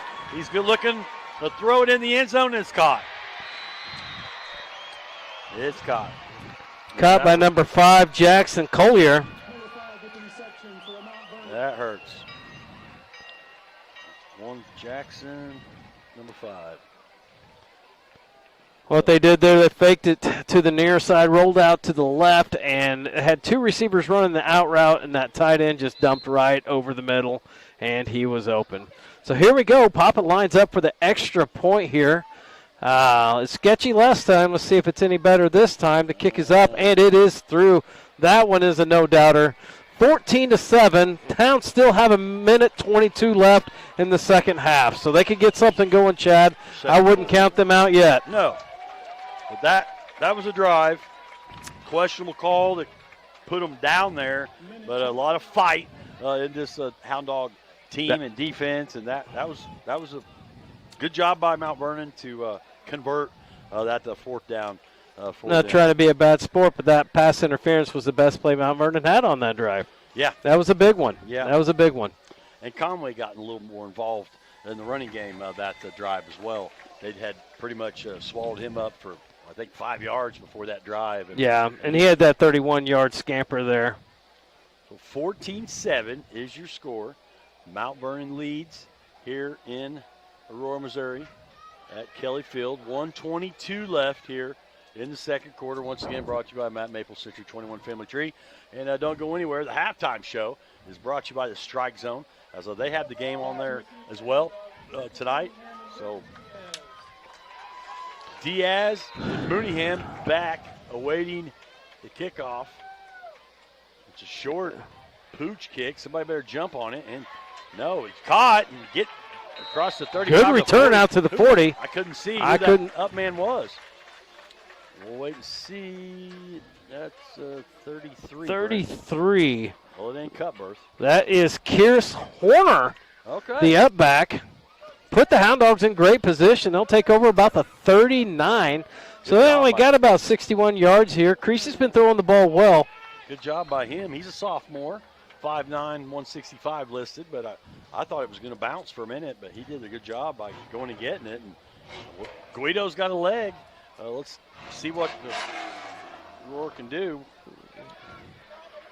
Come out in the pistol formation. 3 receivers to the near side, 1 to the far side. Creasy's back. Little pressure. Has room to run. He tucks it. Get out of bounds. Good. Dawson runs him out of bounds, but not before he gets 4 or 5 on the play. We'll give him 5. Stops the clock, gets out of bounds. Minute 11 left. Hound Dogs has all 3 timeouts. Second down and 5 to go. Second and 5 from the 44. Mount Vernon with 1 timeout left. Aurora with all 3. Creasy really does have a good pocket presence. He got a little pressure from his from the front side, stepped around it, got what he could, got out of bounds. Great job. And shotgun trips to the left. Creasy's looking to throw again as he's flushed out. Now he's just running for his life as he gets. He's going to lose a couple there. Yeah. And we're going to have to use one as well. Another timeout brought to you by Heller Heat and Air as fall isn't far away. So give them a call for your fall furnace checkup at 417-678-0402. So a lot going on here. Once again, the halftime show. Go to the Strike Zone for a fun family experience. Enjoy some great food at the 300 Grill and make some great memories with family and friends. Dine in or give them a call for takeout at 417-678-6400. So Mount Vernon with the momentum here. 3rd and 7 from the 42-yard line. Still, the Hounds don't want to give it back to them either, Brant. No. They'd love to. There's still 1 minute left. Mount Vernon has 1 timeout. Hound Dogs have 2 timeouts. So they pick up 4 or 5 here, Chad. Do you think they go for it, or do they play the safe game? Well, I noticed Castillo's in shorts, Brant, so that's another reason why Guido's out there kicking. Okay. We'll have to find out some of these health situations. We also saw Toa Yandel, the junior, 6'1", 215 pounder on sidelines as well. I don't know. 3rd and 7. 2 receivers split far side, 2 near side running back, I think is Memphis. It is Mooneyham. And he's flushed again, Brant, and he's just going to have to take a sack. And that's old Hunter Conway again. As the line is not giving Sean much of a chance. Who's calling this last one? Mount Vernon, probably. Aurora probably shouldn't have called it if they. Timeout. Mount Vernon. Yep, they're going to go for some more points. We'll see if they bring some pressure here as well.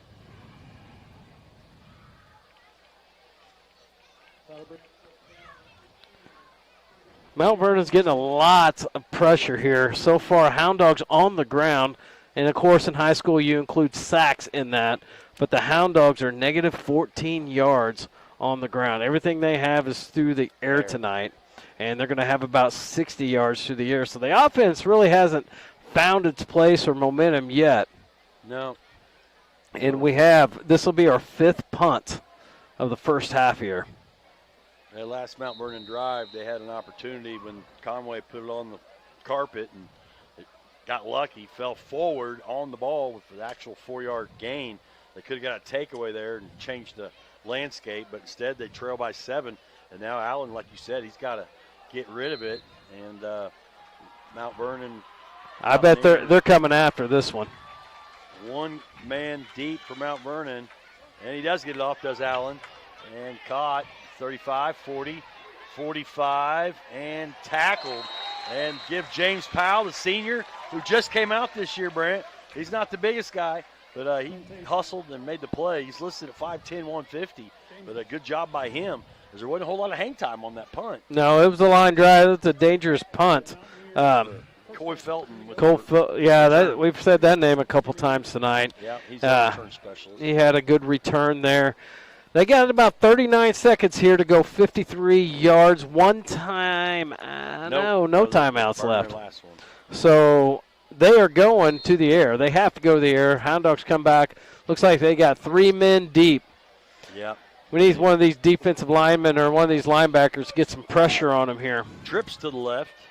Dawson waits to snap in shotgun, puts a man in motion. That's Conway. Oh, over his head. Let's see if he gets on it. He does have to jump on it, but not before it started on the 47. That's going to be about a 20-yard loss, depending on where they spot that, Brant. I think Mount Vernon's content just to take this one into halftime. I don't think they run another play here, Chad. Yeah, and I don't think Aurora. I think Coach Cox just said, I've seen enough. After that snap, we are done. Kime has 2 that he's going to take in the locker room with him, as he could. It's 2nd and 28. He could have maybe put some pressure on Mount Vernon as well, but instead he's ready to go to the locker room. So 3, 2, 1. We are officially at halftime. With your halftime score, Mount Vernon 14, Aurora 7. Don't go anywhere. Give us a chance to find some area scores and gather up some stats. Once again, you're listening to Hound Dog Football right here on KSWM AM 940.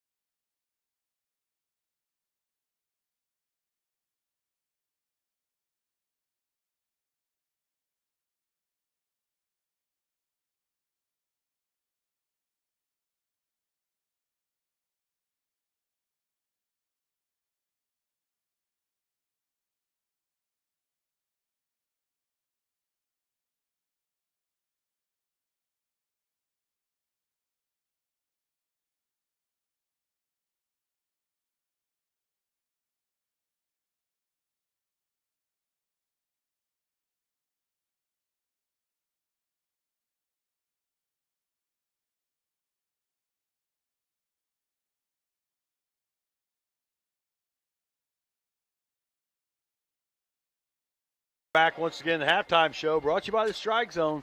Go by for some fun family experience. Enjoy some great food at the 300 Grill and make some great memories with family and friends. Dine in or call them for takeout at 417-678-6400. I do know they got the ball game on right now. So, all right. So, people are saying my mic's turned down. They can hear you loud and clear. All right, thank you, folks. All right, so looks like with 7:26 left in the first quarter, Hunter Conway had a 3-yard run to make it 6-0. The PAT was good to make it 7-0. And then Braden Allen, with 4:33 left in the second quarter, had a 22-yard catch to make it 7-6. Juan Guido put the PAT between the uprights to make it 7-7. But then with 1:22 left in the second quarter, Jackson Collier had a 5-yard catch in the end zone. The PAT was good and made it 14-7, and that is where we stand right now. Mount Vernon will get the ball to start the third quarter, but my good partner Brent has some special stats for some of you back at home. Yeah, the Hound Dog offense is struggling just a little bit. I mean, they got right now 13 rushes, and you have to count in there, Chad, the sacks. That's what you do in high school football, so all these sacks count as rushing yards. But 13 rushes for negative 14 rushing yards. We have 71 passing yards, though. 11 attempts, 8 completions. Creasy's being really efficient there, but a total of only 57 yards for the Dogs in the first half. Now, the Mountaineers, they are running the ball just fine. They got 96 rushing yards in the first half. Conway has 58 of those, 32 on that one run there on that scoring drive, so that didn't help us there. Passing yards, they got 36 for a total of 132 yards in the first half. Aurora has punted the ball 5 times and for about a 30-yard average, while Mount Vernon has only punted once this game. Right now, Creasy has 71 yards passing. His leading receiver is Braden Allen, the ball hawk, with 32 yards and the touchdown grab. So Dogs are right there. They're not clicking yet, but they're right there. Mount Vernon does start off with the ball, so defense is going to have to come up big on this initial. Yeah, 5 punts. Like I said, first couple drives got stalled. They did find some confidence and a good athletic move by Creasy to float the ball right over Allen's shoulder for the TD. But the defense has been playing tough. But, turnovers, big part of this game. And Lawfer had that big pick, Brant, as he saw that play, smelt it coming, and picked off Hunter Conway there for the pick. And he caught that with his hands, Chad. Big boy looked good. Yeah, he's probably going to go back and be watching some instant replay tonight of that one, because that was a heck of an effort. All right, we got to get some area scores before we take another break. As once again, the area scoreboard brought to you by Craft and Cantrell Funeral Home, where they honor your loved ones with caring and compassionate care. At Craft and Cantrell, their goal is to lighten your burden in your time of sorrow. And I also want to give a shout out to the Aurora marching band, as they are having that performance right now at halftime. They work hard every day. Me and my wife can hear them from our house in the morning, and they're out there before sun up, and now they're getting to show some of their talents to this great crowd once again, as finally the gate slowed down, but it was crazy right before and after the game started. A lot of people filing in. We did know that Winston's downtown was having the game on TV, and so was the Strike Zone. So if you couldn't make it, I hope you're getting to tune in. But we'll get some area scores, once again, brought to you by Craft and Cantrell Funeral Home. Next, 21, Republic 6, Webb City 7, Lebanon 7. Or Lebanon 0, that's at half. So was the Nixa Republic. Battle of the Tigers, Ozark 17, Willard 6. That's in the second quarter. Carthage all over Waynesville, 43-0 at halftime. No report on Kickapoo Joplin or the Battle of the Groves between Mountain Grove and Fairgrove or Rogersville and Reeds. But this one, Brent, wow. Last reported first quarter. Cassville 7, Seneca 7. The Wildcats playing with the Indians early. Lamar 20, Matt County 13. That was in the second quarter. I've not heard on Stockton-Maryville report or Branson at Harrison. Nevada 43, Monette 6. That was last reported in the second quarter. Nevada, they're in Berry County at Monette, but having fun over there in Monette. What else do we got? I got Liberty 24, Stratford 0, last reported in the second quarter. Mountain Home 21, West Plains 7, last reported in the second quarter. And then Jeff City 7, Camdenton 0, last reported in the second quarter. And a couple 8-man scores, but that's all I got. You got any more? That's all I got. All right. So I'll tell you what, we want to pay respect to some of these sponsors, so you will hear from some more, and then we'll be back here after a bit. But if you're just joining us, Mount Vernon 14, Aurora 7. Once again, you're listening to the halftime show brought to you by the Strike Zone. Listening to Hound Dog Football right here on KSWM AM 940.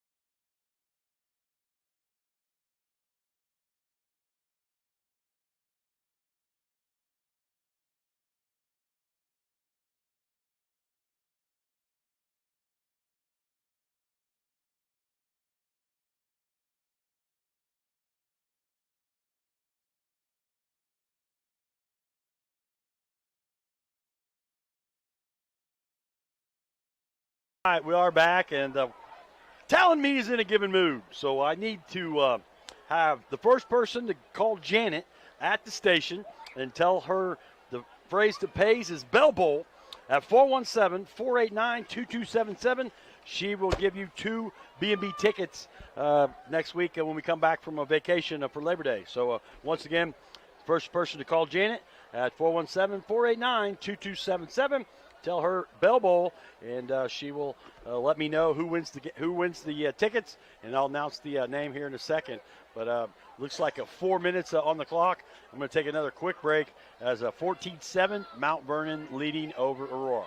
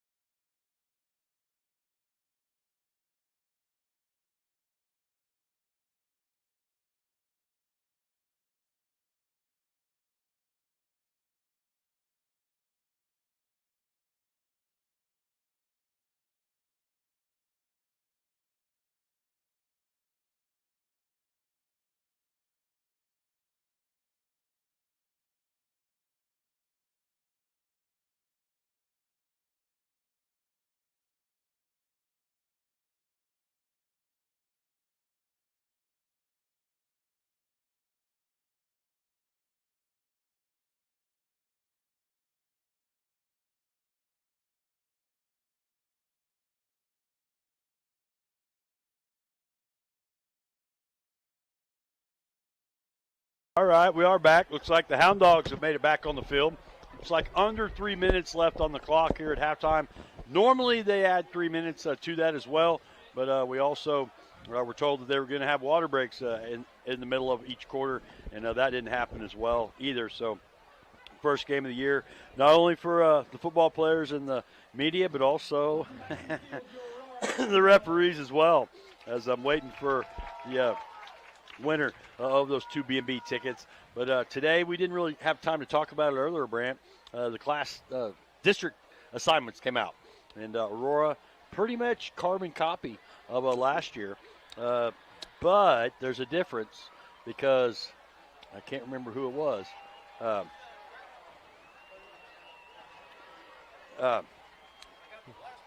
Mount Vernon came back to the district this year. Okay. Last year they were in like Stratford's, and I can't remember who was in it. But anyway, there's 7 teams in it. Aurora, Cassville, East Newton. I don't think Hollister was in ours last year. I don't believe. Mount Vernon, Reed Spring, and Seneca is the 7 teams that Aurora were very familiar with. Obviously, Cassville, East Newton, Mount Vernon, and Seneca. But then not too long ago, Reed Spring and Hollister was in the Big 8 East, West. Familiar with those. Last year, Aurora did get the district win over Reed Spring. But that was a little different. And Forsyth went from Class 3 to Class 2 this year as well. So that's another little different one. But they have to wait for the enrollments to come. Once they get those numbers, then, I guess there's a lot of more Class 1 schools. There's been some schools that had to go down to 8-man. And then teams like Central this year just had to scrap their whole season. Yeah. A lot of changes this year. But, a lot of familiar faces in there, too. All but 2 of those teams we will play during the regular season. True. So familiar foes, if you want to put it that way. So any of these games we play during the season, the Mount Vernons, the Cassvilles, the Seneca, we could be seeing them twice. We play Cassville week 9, and the way it's worked out is we play them not last year, but the years before. We played them like back-to-back. Well, we thought that we were maybe going to play them week 10 last year. Yeah. But I can't remember. There was an upset or two that kind of changed the landscape of where we went and had to go to Reed Spring, which worked out well for Aurora in that regard. Let's see if they add 3 minutes to the clock, Brant. As it went 0. Mount Vernon's doing some calisthenics over there. Aurora back to the sideline. They did add 3 minutes. Yeah. So I'm going to take one last quick break. I'll be right back with the third quarter here in a little bit, brought to you by Manny's Motors. And, you want to do that now? We can do it now or when we come back. All right, we'll take a quick break. Be right back after this.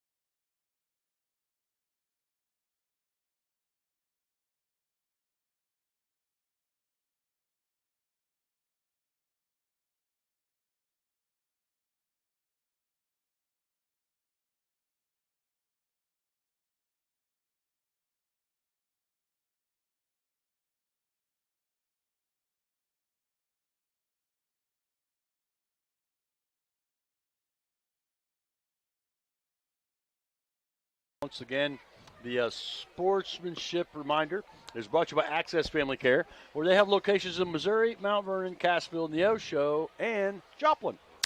All right, the score of any athletic event is generally forgotten over time, but the actions of players, coaches, and spectators leave lasting impressions. The next time you attend a high school game, think of how history will remember you. Choose good sportsmanship and help rekindle the spirit of citizenship. Remember, the lessons you teach today will help develop better citizens in our community for tomorrow. This message was brought to you by your friends at the Missouri State High School Activities Association and Talon Media. Thank you, Brant. You know, we have a lot of different features here and throughout the ball game, and also one of them's instant replay that we got last year. That's also brought to you by Heritage Tractor, where they are your John Deere dealer with various locations in the area. It's a great time of year to buy a tractor. Stop in for great deals and low financing as well. So, but, a lot of different sponsors. Another one, Jimmy Mitchell Motors. They have new and certified pre-owned Ford vehicles with great value, selection, and prices. Go see them at 555 South Elliott Avenue, where nobody, and I mean nobody, beats their deal.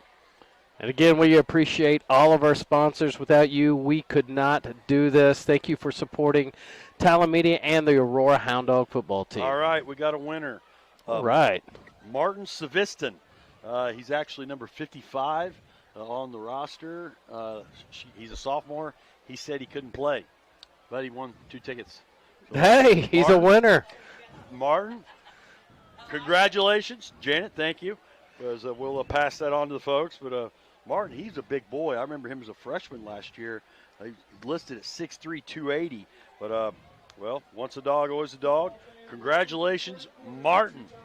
So he's going to get 2 tickets to B&B.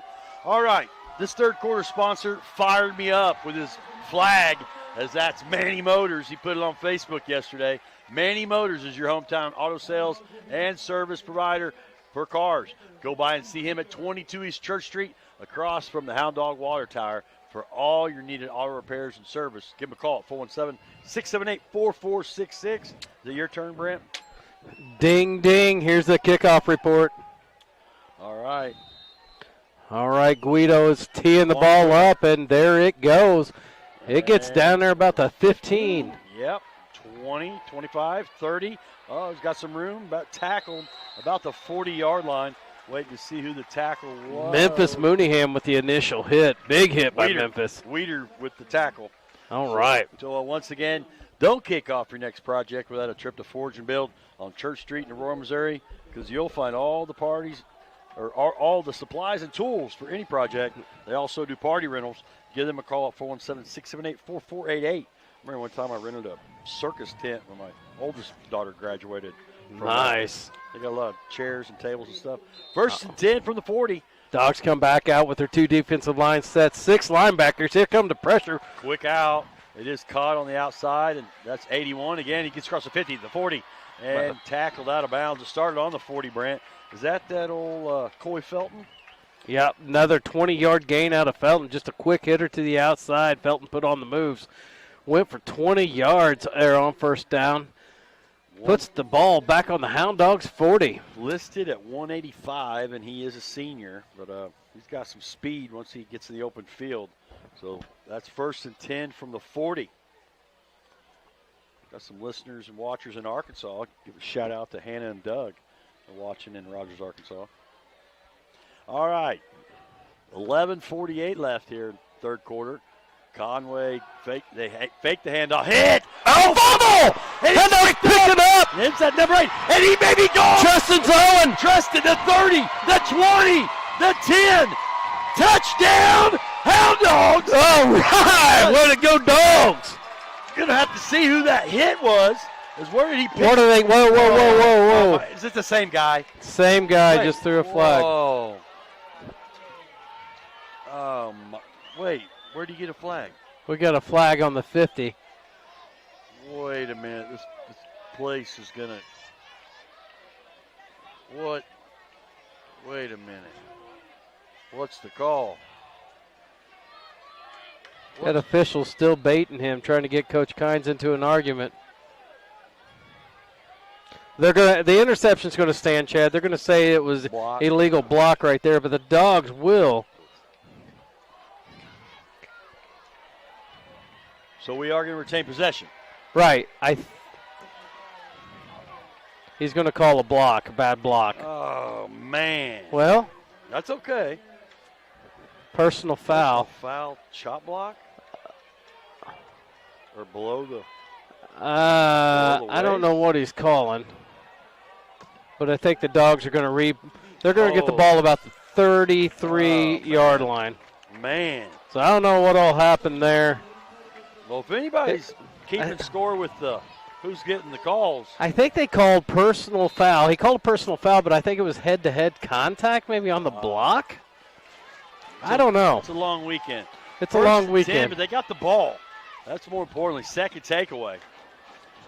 So now Sean, as he scrambles and finds a receiver, and that's number 12. Gets across the 50 to about the 44. I think that's old Sawyers, isn't it? Sawyers with another 20-yard gain there. 6'3", 140. He caught it in stride, got across midfield. And now the Dogs got something brewing here as a positive play on first down, Brown. Hound Dogs are marching. They are in the Mount Vernon Mountaineers territory on the 47-yard line. In case people that can't watch, there ain't nobody. And I mean nobody that's left this field. This place is packed. It is. Weeder in the backfield. Center, and he hands it off to Weeder, and he didn't have much of a chance as he maybe gets back to the line of scrimmage. Let's give the Mountaineer credit getting up. Oh, that's old Conway. It's Hunter and Hunter. Hunter Conway or Hunter Dawson. That time it was Hunter Conway. Just not a lot of room there for the running backs. Was a positive gain of about 1, but not much there. 2nd and 9 for the Hound Dogs. The best play for the Dogs has been the scramble drill. Yeah. Creasy gets out on the edge, and the receivers know what to do. They just find a way to get open. Trips to the right. Shotgun is Creasy. Quick snap to him. He runs across the 45, scampers to about the 43. Almost some piling on there, but of course I want to call. It is a positive play. Now Coach Kime can kind of pick and choose here. It's a third down in mid-range, Brant. It's not 3rd and 21. It's not 3rd and 19. It's 3rd and 6. And this is probably 4-down territory. I would say if he gets any kind of positive play here, he will be going for it on 4th down. We don't know. But, yeah, we would think so with the crowd, the momentum, taking a takeaway right off the bat to start the second half. Man, what a huge call again by that one official. If it was him, dude. Took points, put points on the board, took points off the board. Sean's rolling out. He does find a man, and he's got him. On the far side. It is a complete for about 8 yards. I'm trying to see who that is.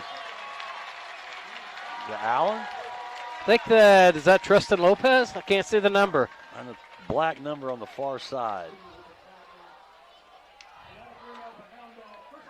You going to give it to Lopez? I'm going to give it to Lopez. All right. 1st and 10, another first down brought to you by Pettit Law Office. Give them a call for your local legal needs at 417-678-2187. Comes out in the power eye here. Oh, we got some movement. I think Bueller. That is going to be on the Hound Dogs. First penalty of the half there.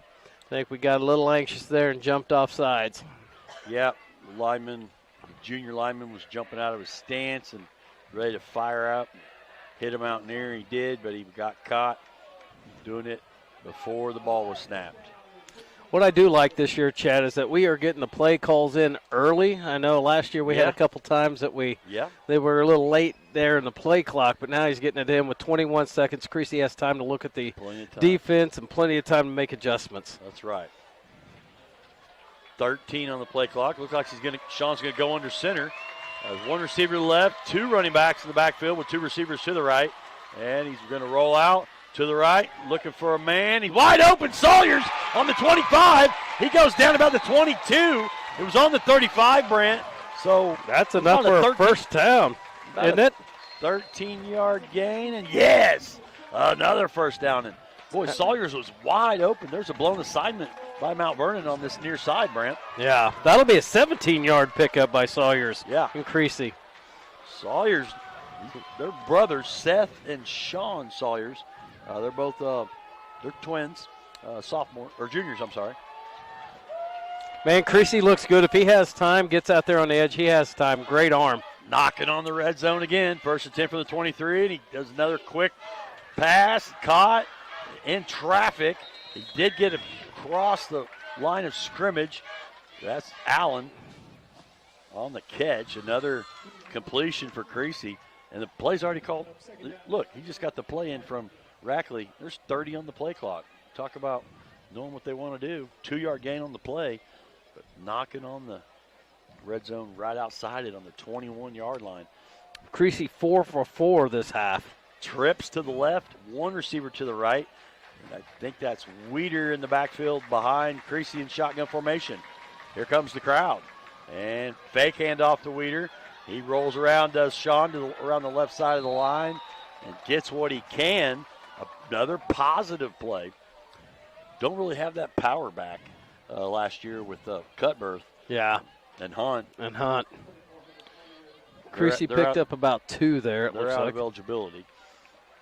I'm sure we could do something. Well, they're alumni like us. Right. Join the club. 3rd and 6 from the 19. Definitely 4-down territory here. I would think so. Diaz coming in with the play. 15 on the play clock. Got to hurry. Guido's down here kicking in the tee. Or kicking in the net, I'm sorry. 7 on the play clock. Shotgun. And he does hand it off. And Weeder gets met once again by Conway. He's not real big as Conway. He's listed at 200 pound, but he packs a punch. So he does. Weeder's slow. Looks like he got hit on the knee. So it's 4th and, are they saying 6? They're saying 6, but it looks like 4th and 5 here. Okay. According to the sticks. Creasy gets the play from Kime. Hounds looking to get another first down here. Trips to the right this time. Sawyer's by himself over here on Sawyer's Island on the left. Shotgun. Sean looks to throw. Now he's going to throw it up. Wide open. Touchdown, Sawyers. 4th and 6 from the 19. No dirty laundry. I love it. Field. 5 for 5 this half so far with a touchdown. Creasy to Sawyers for how long was 19 that? yards. 19-yard gain. Again, it started to break down. Creasy stepped up in the pocket. Sawyers just knew how to get open, found the soft spot in the zone for a touchdown. Guido comes out for the extra point attempt. I'll catch up on my live reads in a minute. This is big here. This is a big PAT. Oh. What are we doing? Well, you watch. Once again, that touchdown was brought to you by Grant Baker Shelter Insurance. He's proudly been serving Aurora and the surrounding area for over 20 years. Give him a call at 417-678-5404. They scooting it back? We had a legal substitution. We had 12 men in the huddle, Chad. This takes this PAT, moves it back 5 yards. Guido has the foot. He hit the other one through, but 6:49 left. Juan Guido comes out for the first time his senior year. No pressure on this kick. And I think it's Let's good. go.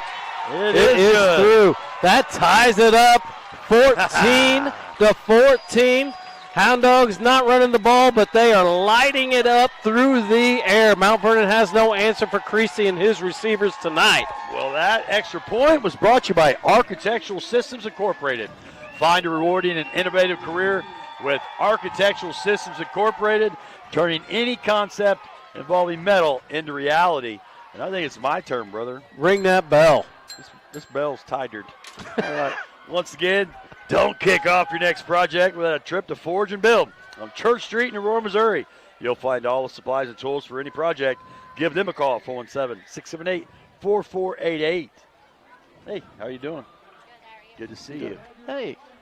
All right, once again, this broadcast is also brought to you by Hound Dog Barbershop, located at 222 South Madison Avenue, downtown Aurora. A man's place to get a haircut. They're open Tuesday through Friday, 7 a.m. to 5 p.m., and Saturdays, 7 a.m. to 2 p.m. Tell Corey Branton Outlaw Jr. said hi. I'm fired up here. Brand is Chad, it just feels different in Kelly Field. It does. Just feels different tonight. I don't want to jinx it. It just feels different. Well, what Dorothy said, huh? That's right. No place like home, baby. That's right, brother. All right, Guido tees it up. Yeah. All roads lead home. Die. She's got the All Roads Lead Home shirt on.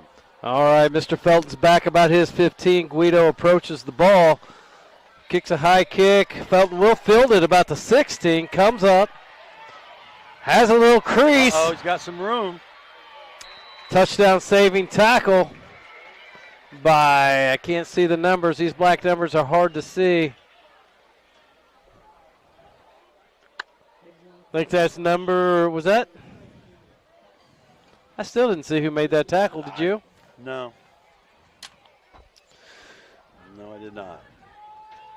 It's on the far side. More importantly, 1st and 10. What's up, buddy? 1st and 10 from the 45-yard line as we are tied up, knotted up, 14 apiece here with 6:42 left as I look across that field, that other sideline's really still, and those fans are really quiet right now, Chad. well, we said, but you never know when these two teams get together. I know. But I like the energy from this side of the crowd, of this home crowd. Shotgun is Dawson, and a draw, and he gets to the 50, started on the 45, and I think it was Dawson to Conway, so Conway gets the 5-yard carry. They're going to give him 6 on the scoreboard, so yeah, it was about 6 yards. Yeah, they hit him about the line of scrimmage, but old Conway drug Hound Dogs to about the 6. We're going to have to hit that guy a little lower, get him down to the turf here. And he's another one going both ways, dude. Yeah. All right, handoff is to Conway, and he breaks the tackle, gets across the 45, spins to about the 38. I'm going to have to give him about 11 on that one, and that's good enough for another Mount Vernon first down. And he's starting to run downhill quickly. But this is only, the 3rd or 4th offensive snap for Mount Vernon because they fumbled the, 1st or 2nd snap of the half. 5:53 left, all knotted up here, 14-14, Mount Vernon with the ball on the Hound Dog 39-yard line. 3 straight handoffs to the workhorse, and there he goes again. On the right side, there's a hold on number 4. Where's the flag? Are you kidding me? Oh, we saw it, number 4. He got away with it. Kruger, yeah, he's high flying over there. Was that Conway? That was Conway again with a 39-yard run. Down. We do have a Hound Dog down, but it looks like it's just going to be cramps. You see that a lot in the beginning of the season, but that running game is starting to chew up big yards. I don't know if the Dogs are getting fatigued. We did have a hold out here on the end. I saw it. I mean, I'm not making that up. That was Captain Obvious. I don't know. Do they get grade cards? 39-yard run by Conway. They do, but I don't think we get to grade them. Okay. Yeah. Well, room for improvement there. I saw it, old little, and I'm saying little because he's listed 135 pounds, but Ja'Kai Kruger, you got away with one there, pal. Yep. Ding. All right, here we go as Mount Vernon sets up for the PAT. Wow. Number 57, Papa is back for this. And there's a snap. The hold is good. Kick is up, and it is good. So Mount Vernon comes back, takes the lead 21-14 with 5:35 left in the third quarter. I don't know if the Hound Dogs are starting to slow down just a little bit on defense. Like you said earlier, we got quite a few players playing both ways here. But so is that Hunter Conway, and he just ran downhill and around he did have some help. The first sign of fatigue is mistakes and missed tackles, and the Hound Dogs have had a few of those in the last couple drives. But, man, we're in this game. That crowd over there still doesn't seem too fired up. I think the Hound Dogs have stunned them here. Offensive for Aurora. Offensively, we're starting to click. So, here we go. We may have a barn burner before this evening's over. I agree with you, Corey. Crackback block, hold. Yep, they missed it. So, more importantly, 21-14. Mount Vernon retakes the lead as they got a little extra energy on that drive. But long game. Each team still has 3 timeouts apiece.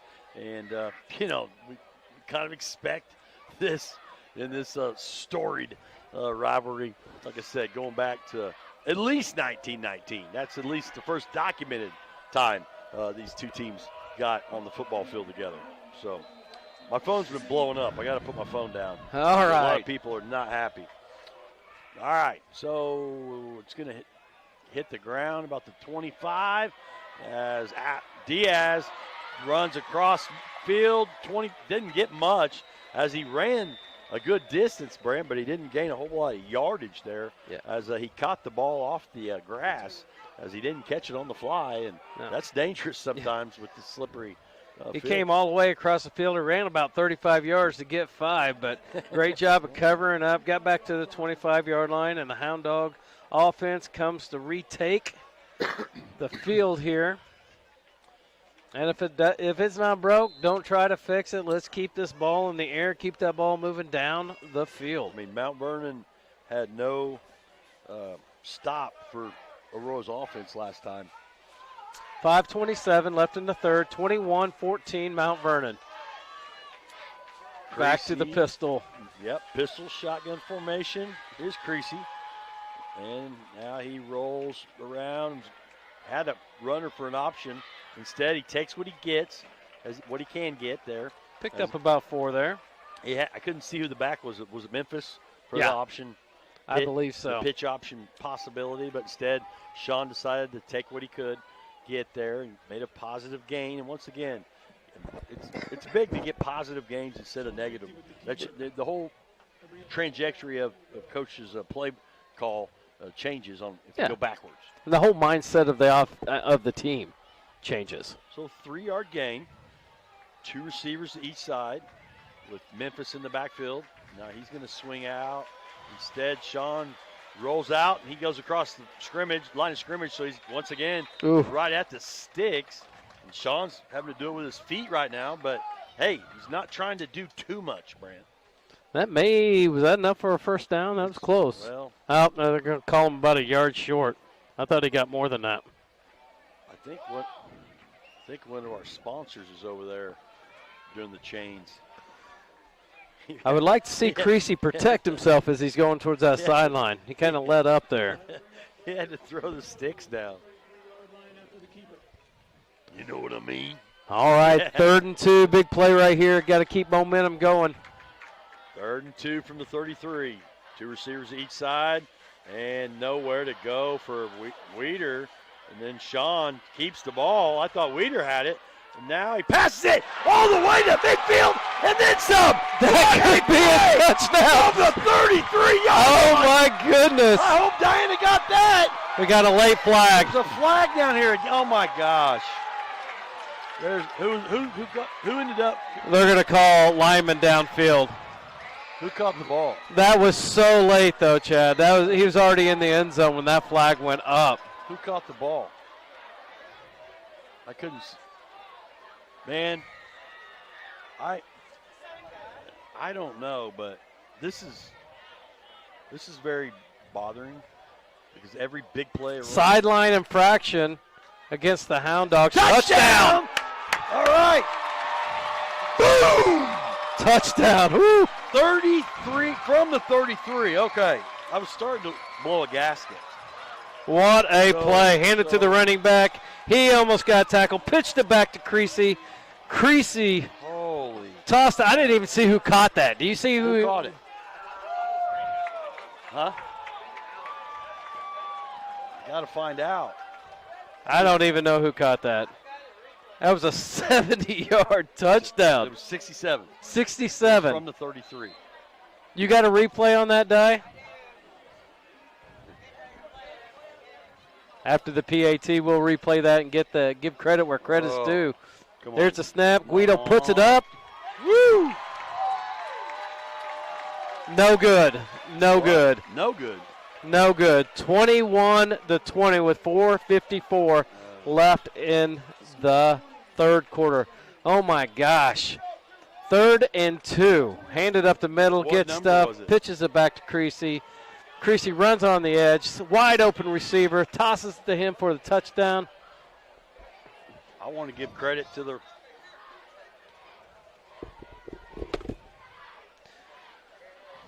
boy, pulling out all the stops tonight is the Hound Dog offense. Creasy is 6 for 6 with a touchdown here in the second half.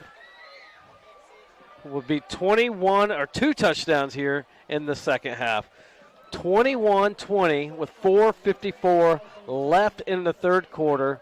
Hound Dogs getting ready to kick it off back to the mountain. It was Braden Allen with a 67-yard touchdown reception. Oh, my goodness.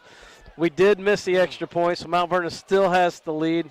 I thought it snuck in, but clearly the official was right there, made the good call. I had to go ask some folks in the stands because he was on the far sideline and stuff happening too fast. It's hard to see those black numbers over there. I got to catch up on my live reads here in a second. Guido, squib kick down to about the 20. Muff kick. Here, the 15, he picks it up. And now he's going to lose some yards there. Tackled as well. Here come the Hounds. Brought him down on the 18-yard line. Chad, you better catch up on some reads. Yeah, I want to give credit to, let me see here. James Powell again on the tackle there on special teams, making the best of his moments. All right, once again, that touchdown was brought to you by Grant Baker, Shelter Insurance. Proudly been serving Aurora and the surrounding area for over 20 years. Give them a call at 417-678-5404. And that extra point that was no good was brought to you by ASI. Find a rewarding and innovative career with Architectural Systems Incorporated, turning any concept involving metal into reality. That's a T. And handoff, not much there as the pile stymied. Picked up about 2 or 3 there, did Conway. Well, that kickoff was, don't kick off your next project either, though, without a trip to Forge and Build this weekend. If you want to, you got an extra day off on Church Street. You'll find all the supplies and tools for any project. Give them a call at 417-678-4488, and there's a Mountaineer down. So Aurora sideline is paying respects, taking a knee to that, as this broadcast also brought to you by King's Auto Service. They are your local import and domestic specialist. Give them a call at 417-678-5454. And also Parkway Plumbing, Heat, and Air. Seasons are changing here. Give them a call at 417-678-3839. And I was up at Jimmy Mitchell Motors the other day. They also are a sponsor, and they got some deals going on with Labor Day and everything. Great value, selection, and prices. Go see them at 555 South Elliott Avenue in Aurora, Missouri, where nobody beats their deal. You think it's cramps? It looks like a cramp. Trainer's got him stretching out that hamstring. You see that a lot early in the seasons. You can simulate a lot of things during practice, but it's hard to simulate a full game. You're right. This rivalry, though, man, I mean, it goes back. You know, my mom's dad graduated from Mount Vernon. My mom's mom graduated from Aurora. My mom graduated from Mount Vernon. My father graduated from Aurora. My stepdad graduated from Aurora. I've got aunts and uncles from Mount Vernon. I know a lot of my daughters graduated from Aurora, but I have a mixed. Have a lot of family that's been on both sides of this, and me and you, you know, we faced them growing up and whatnot. And I think I know the answer to this question I'm getting to ask you. I'm pretty sure I know the answer, but did you ever get kicked out of a high school game? I never did get kicked out of a high school game. Why?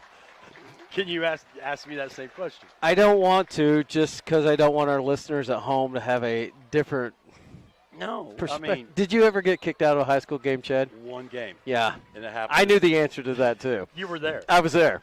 It happened to be against Mount Vernon in a JV baseball game our freshman year. Shout out to Todd Schubert. Todd Schubert was blocking the plate that day.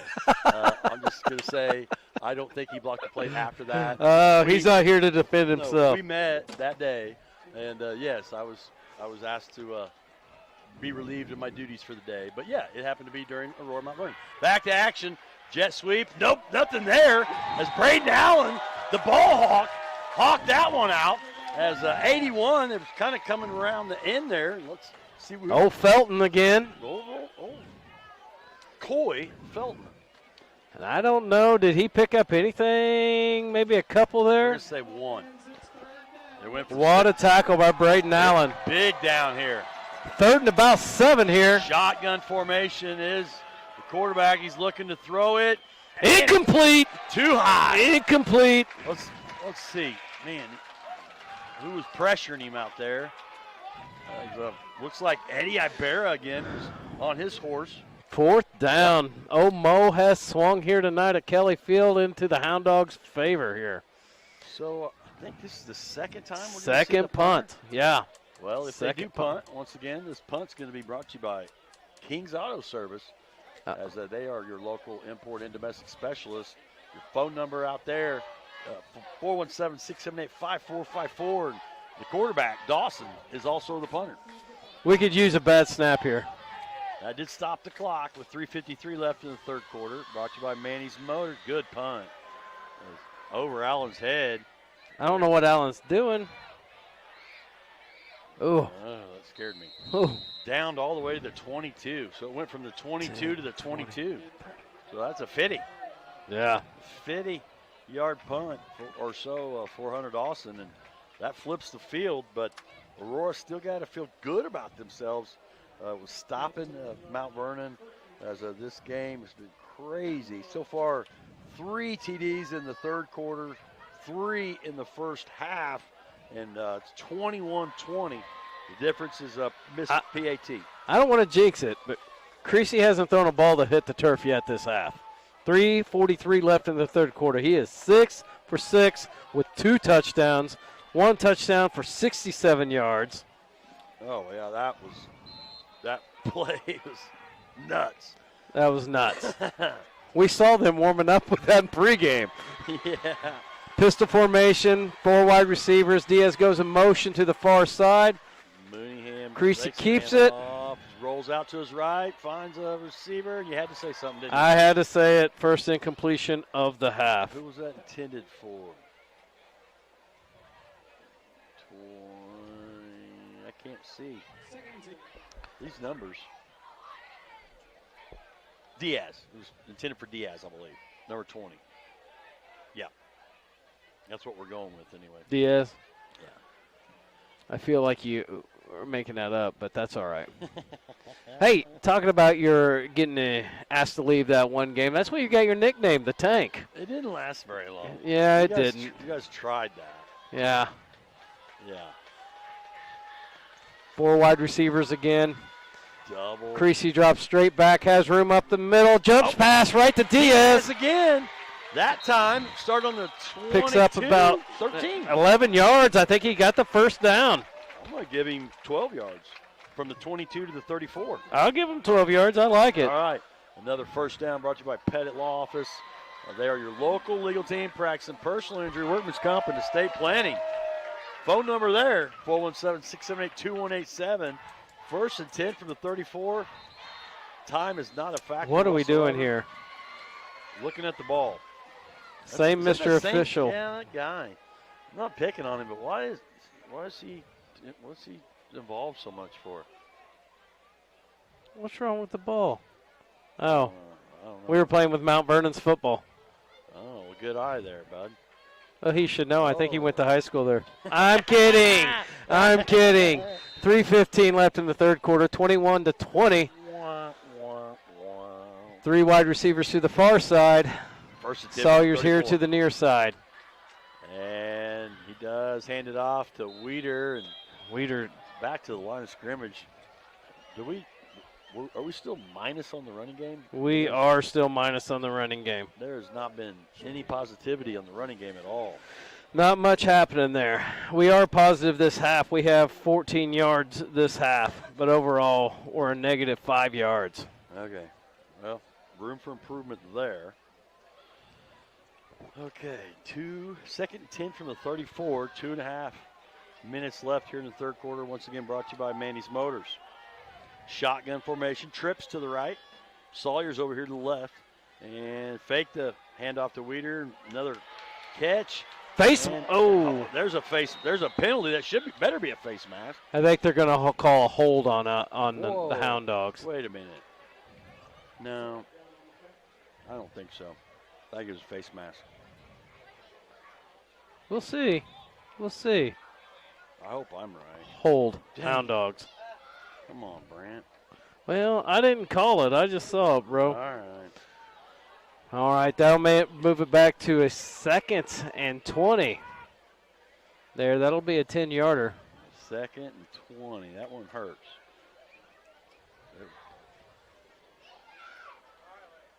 2:18 left. Each team still with 3 timeouts.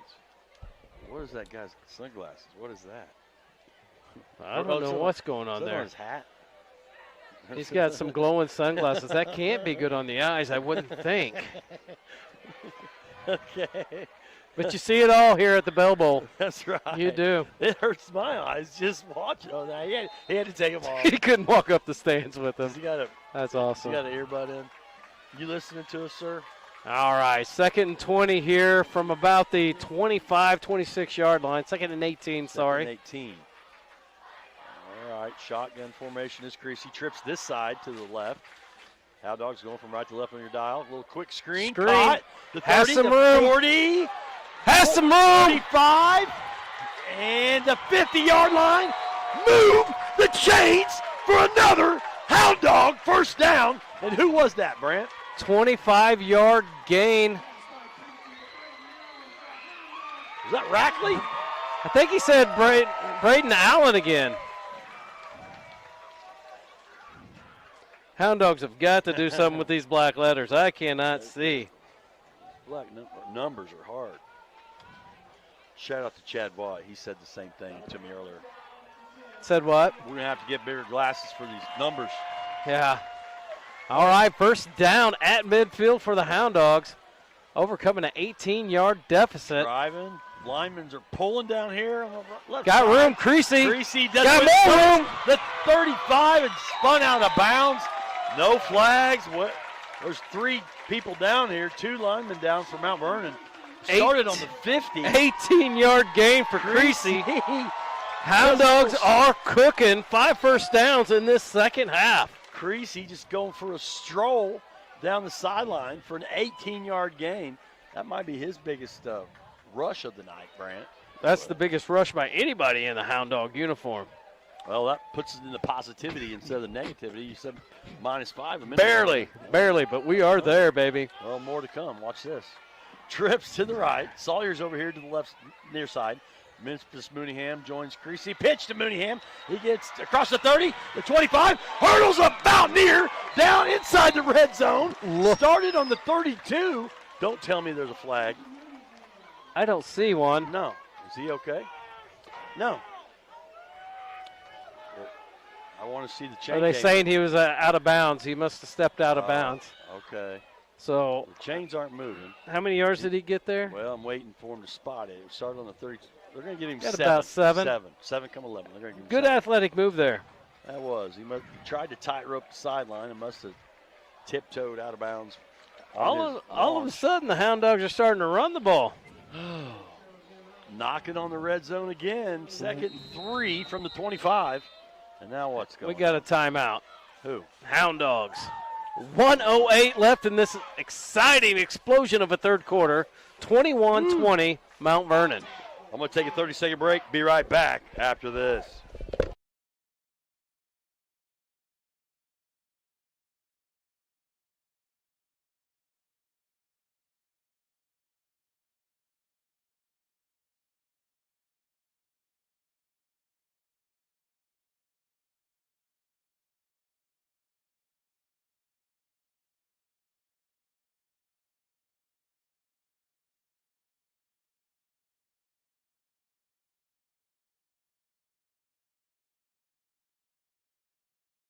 Dogs breaking the timeout. As once again, the timeout brought to you by Heller Heat and Air. Give them a call for your fall furnace checkup at 417-678-0402. So Coach Kime called timeout as the yardage, his friend, 2nd and 3 from the 25. So crucial part here in the game. Hounds trail Mount Vernon 21-20 with 1:08 left here in the third quarter. Brought to you by Manny's Motors. And got to get it all at once, but we're also down here watching Juan Guido, Brant, kick in the net. And a couple of his PATs have been very long enough. He's got a foot, but the Hounds don't want to settle for 3. They want 6. Yeah, and I say if we score 6, we're going for 2. Try to get that back up there to where 7-point game. 7-point lead. We'll see. What are we doing here? We were showing a little bit of our hand in the pregame with some different plays. So yeah, Coach Kime might have brought a magic play from state of Washington, you think? Maybe. I don't know. Maybe. I do know that he told us at the Aurora Rotary meeting that he went to a couple of Chris Peterson football camps, who used to be the football coach for Boise State. Yeah, known for crazy plays. Any of you OU fans know who Chris Peterson is. I'm just saying, man. So he may have something up his sleeve if it takes that, if we get to that point. But this is an interesting time, and I don't know what the extra timeout is here as the ball's placed. I think it was that same ref talking to Kime over here. Yeah. That may be. I still don't think he's going to be on the Christmas list. No. Christmas card list? No. No, man. Well, what's he doing now? Whoa. Mooneyham's sitting down, and they're wanting him to get farther off on the sideline. Memphis is slowed up. He took a hit, so they're making him get farther away. So now that's not good, but maybe it's a cramp too. Summers got his leg. Yeah. All right, here we go. Trips to the right, 2nd and 3. Shotgun snap to Creasy. He's looking for it all. Sawyers! And almost. throw the flag, why not? Yeah. There was just as much contact on that one then. There was. Sawyers went up, but give a credit where credit's due. Number 15, Isaac Hernandez, knocked it down. But they went for the home run there, Brent. Yeah. But you can do that 2nd and 3. This is 4-down territory. I don't think Kynes is kicking a field goal here. No, that'd be a 42-yarder from here. Probably not. Oh, here comes number 11, old Kruger. Trips to the right. Sawyers to the near side. Shotgun. As Sean gives it to Weeder up the gut. I think he got it. He needed 3. I think he got 4. I think we haven't. What? Mount Vernon's saying they want the ball, but no. They give him the ball, I'm dropping my headset. Are they going to measure for that? No. Nope. First down, Weeder. Right. Once again, another first down brought to you by Pettit Law Office, and those were some tough yards. Those were. Mount Vernon's interior defensive line is not exactly big as well, Brant, but the pile went forward there. It did. They bring in a big boy now, number 58. What's his stats? He's just 300 pounds. Just 300-pound senior. First and 10 for the 21. Creasy's looking to throw again. Another screen to the right. Weeder catches it. Cuts back inside. Takes 2 Mountaineers with him. Positive gain. 9-yard gain. Started on the 21, and now they are inside the red zone. And they can still get another first down. Sean Creasy's looking at the quarter, and he's smart. He's telling his coach, hey, there's 21 seconds on the clock, and under the play clock, we ain't running another play. So they're not going to run another play. That's so good. We're going to the fourth quarter with your score. Mount Vernon 21, Aurora 20. Don't go anywhere. The fourth quarter is brought to you by Four State Dental Care. You're listening to Hound Dog Football right here on KSWM AM 940.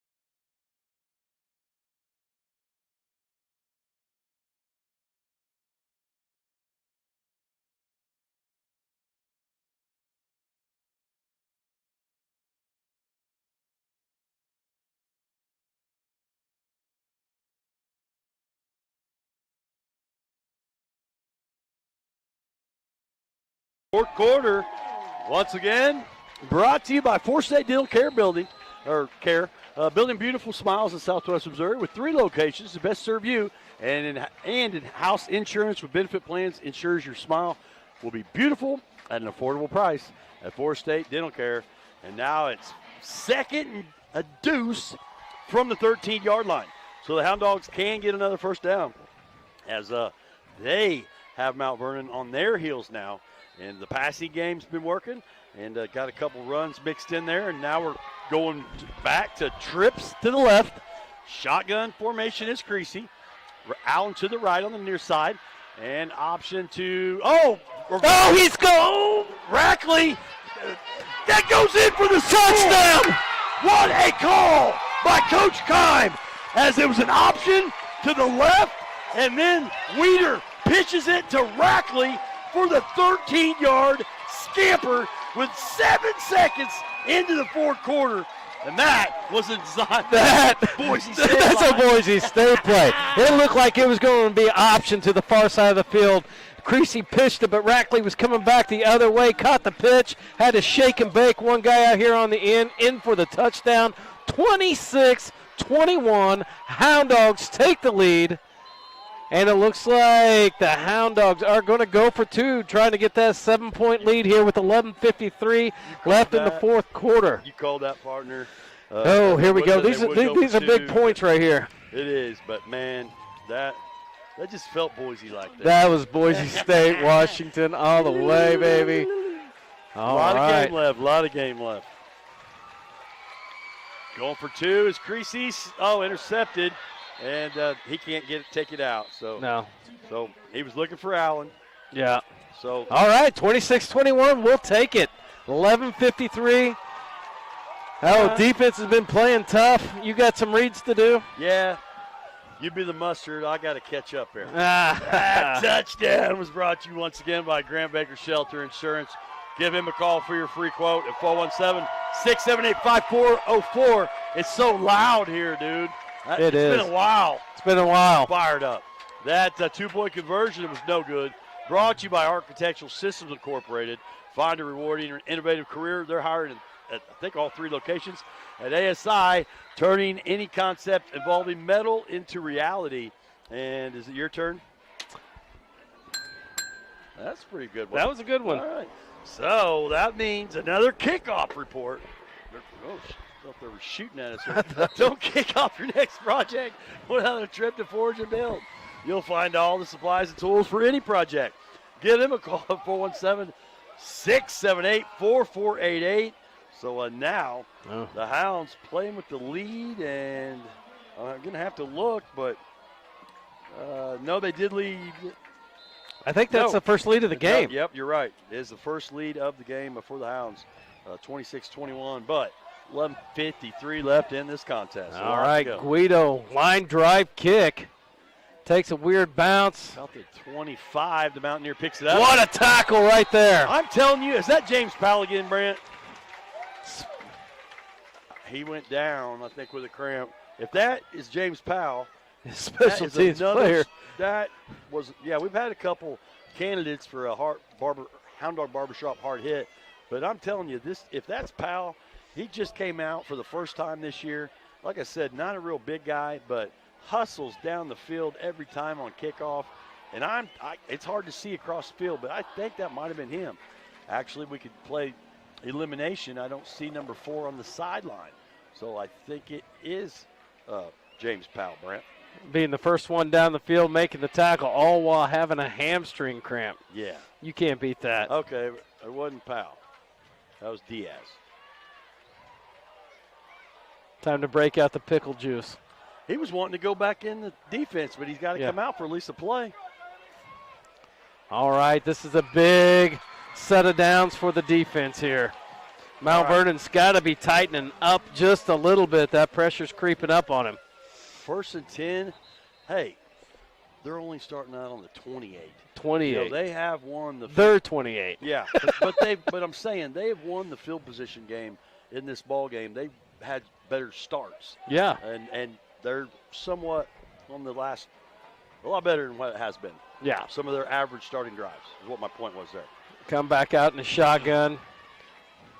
Dawson's going to call his own number with a little draw as he stutter steps across the 35. Started on the 28. So that was, I think, option run all the way. He had another running back out there, but yeah, I think that was just going to be a control. That's just a quarterback lead. 8 yards on the carry. And though. he's a big kid. What is he, 6'5", 220? I mean, he's a big kid. They may be fudging it a little bit, but, yeah, that's what it says. He's tall. He could lean forward and get a yard. 2nd and 2 from the 36-yard line. Under center is Dawson. Wide pitch to Conway. He cuts back, puts his foot in the grass, gets across the 40 to about the 43. We're going to have to give him probably 6 or 7 on the carry, and more importantly, quickly, 2 plays and a first down for Mount Vernon as they find themselves trailing by 5 here, and we're just under 11 minutes left, and they hustle to the line with 20 on the play clock. Here come the Bleacher Creatures. Under center is Conway. Wide pitch this way to Conway, or I'm sorry, to Dawson to Conway. He spins and gets across the 50 to the 45. Did he fumble? No, he held on. He almost did. Picked up about 16 there.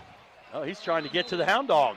He's trying to get to that Hound. He was trying to get to the Hound Dog, and then he puts his hands up. They missed that too, man. We do have a Hound Dog down. I did not see that. As soon as he got up, he got in one of our Hounds' face and then ran away and then puts his hands up in the air like somebody said freeze. And now we have another Hound Dog down with cramps. See, I'm surprised that they have not been given these water breaks like they said they were going to, because these student athletes need a drink. Looks like it's one of our linemen. But, yeah, I saw it. You saw it. I did. Well, archive Aurora Web TV.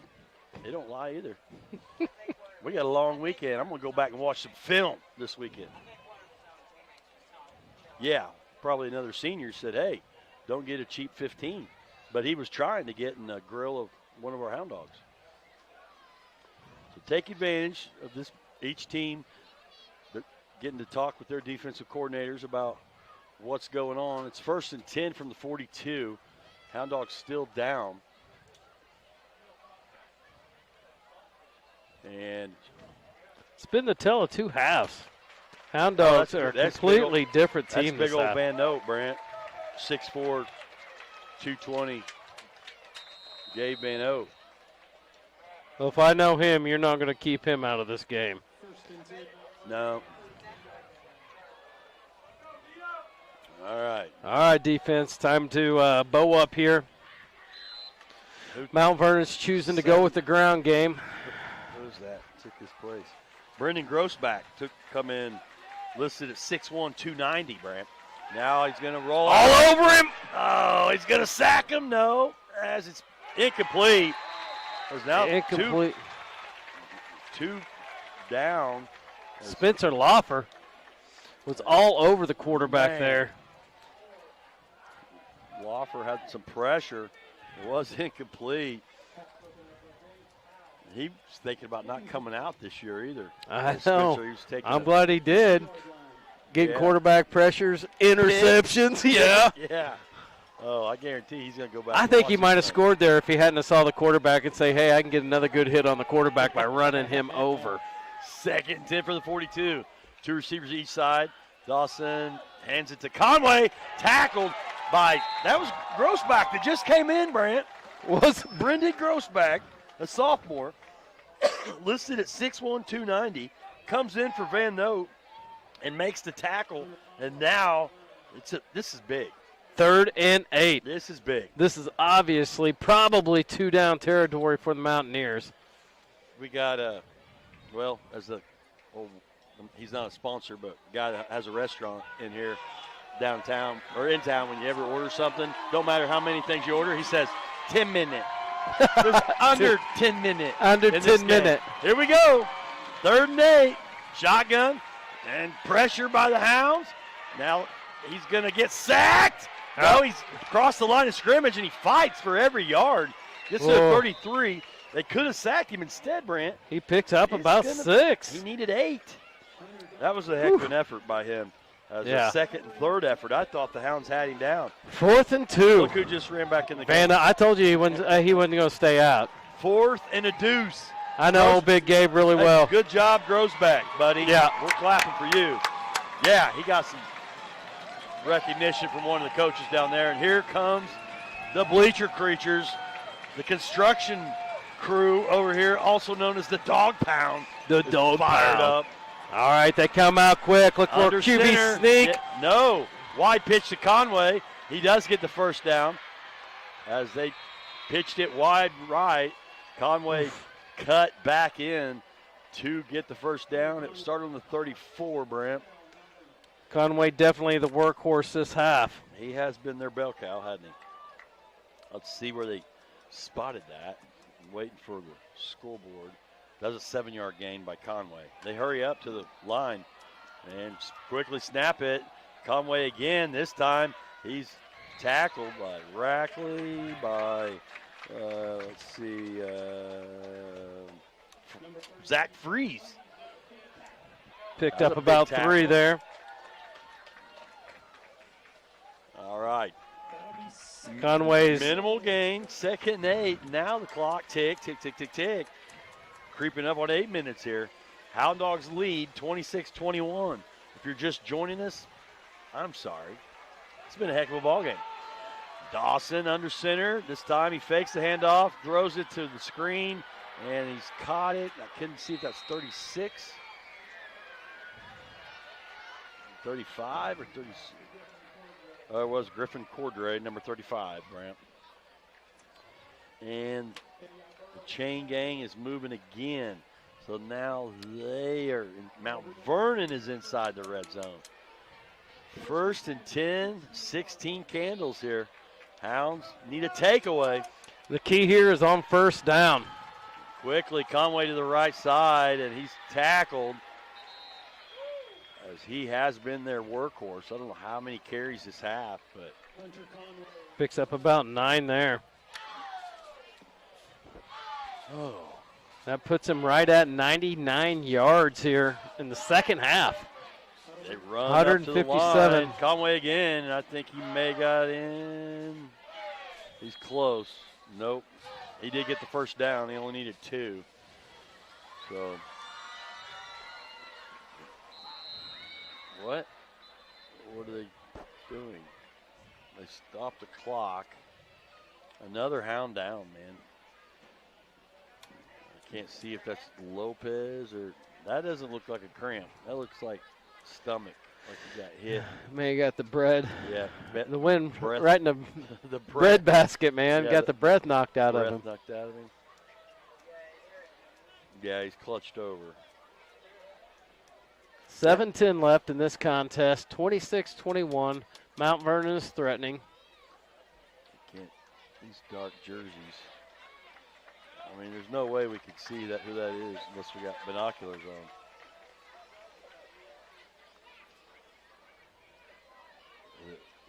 Is it 4? Is it Powell? Yeah, I think it is James Powell. Yep. James Powell, the senior. Yep, one of 4 seniors. Listed at 5'10", 150. He's a hustler. So now it's 1st and goal from the 2-yard line. Shout out to our trainer, Summer Branch. She's been pretty busy tonight. She has. Yeah. Surprised she hasn't gone down with a cramp yet. 1st and goal from the 2. Uh-oh, get off the field. Oh, touchdown. Touchdown, Mountaineers. Spencer just slid to try to get off the field. I think he hurt himself. Is that Conway? Hunter Conway. Hunter Conway with 2 a yards. 2-yard gain. 2 yards, yep. 2-yard gain. That'll make it 27-26. Extra point will put them up by 2. But 6:58, Hound Dogs have plenty of time. Got to keep that offense rolling here. But every down counts after this one. Looks like they are going to go for 2 here to make Makes it sense. a 3-point lead. Hands it Give off. to Conway again, and He is in. So 29-26, just under 7 minutes left in this Bell Bowl. It has been everything that it was billed to be. I think the Hound Dogs have, regardless of the outcome of this game, the Hound Dogs have shocked everybody. No one's looking at the scores tonight saying, I saw that to be that highest scoring game and that close. Hound Dogs have come out here to play. Coach Keim had his team ready and been pretty impressed. It's been a fun game to watch. Yep. It really has. So Hounds had the lead for about 5 minutes, and now Mount Vernon retakes the lead, 29-26. So unbelievable. It is unbelievable. 6:58 though, so Mount Vernon has not stopped Aurora the last couple times they've had the ball. Aurora has 0 punts this half. With 5 in the first half? Huh? Wasn't there 5 in the first half? Yeah, 5 punts in the first half, none in the second half, 3 first downs in the first half, 6 first downs in the second half. With a takeaway in each half. With the takeaways. Okay. Who we got back deep this time? Probably Mooneyham and Diaz, I'm guessing. If Mooneyham's back. Short kick. That is Memphis, isn't it? Caught across the 30 to about the 35. 35-yard line, yep. And whoever had the ball, if it is Mooneyham, slow to get up. Everybody's starting to cramp, especially our backs here, but. That's why I can't believe they didn't do the water break. Yeah. That was Allen, I think. All right, so here we go. No.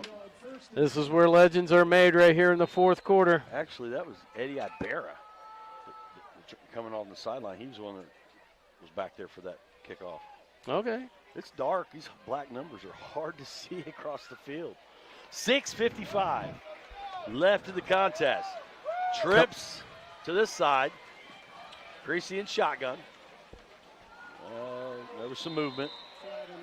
He tried to clap on the cadence, and I think one of our linemen came out of their stance, just nudged enough to cause the zebra to throw the flag. Yeah. I'll give him that one. That one was legit. That was legit. Yeah. First penalty of the game, huh? Couple of them. I know you can't see this crowd, but I have a challenge flag in my hand back at home. So that scoots them back. So instead of a positive play on first down, Brent, we already go backwards. Trail them by 3 here. 1st and 15. Come out in the same formation. Trips to the near side. I think they're going to stick with the same. Creasy's pressured, but he spins out of it on the far sideline. Gets back to maybe the line of scrimmage. Yeah, picks up. Or No. Original line of scrimmage. Original line. I think Picks he got up about 5 or 6 I there. think he got the penalty yards back. Once again, Chain Gang over there had to scat cat. There's a lot of movement, motion over there on that far sideline. So he did get the penalty yards back. So 2nd and 10 from the 34. Aurora did use one of their timeouts earlier, Brant. They got 2. Mount Vernon has 3, up by 3. We're going trips again over here. One receiver to the far side. Sean's going to roll out and almost intercepted.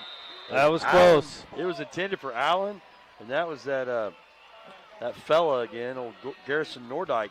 But Allen didn't see the ball coming. And, no, he threw it a little quicker than he wanted to. Got a little pressure on him.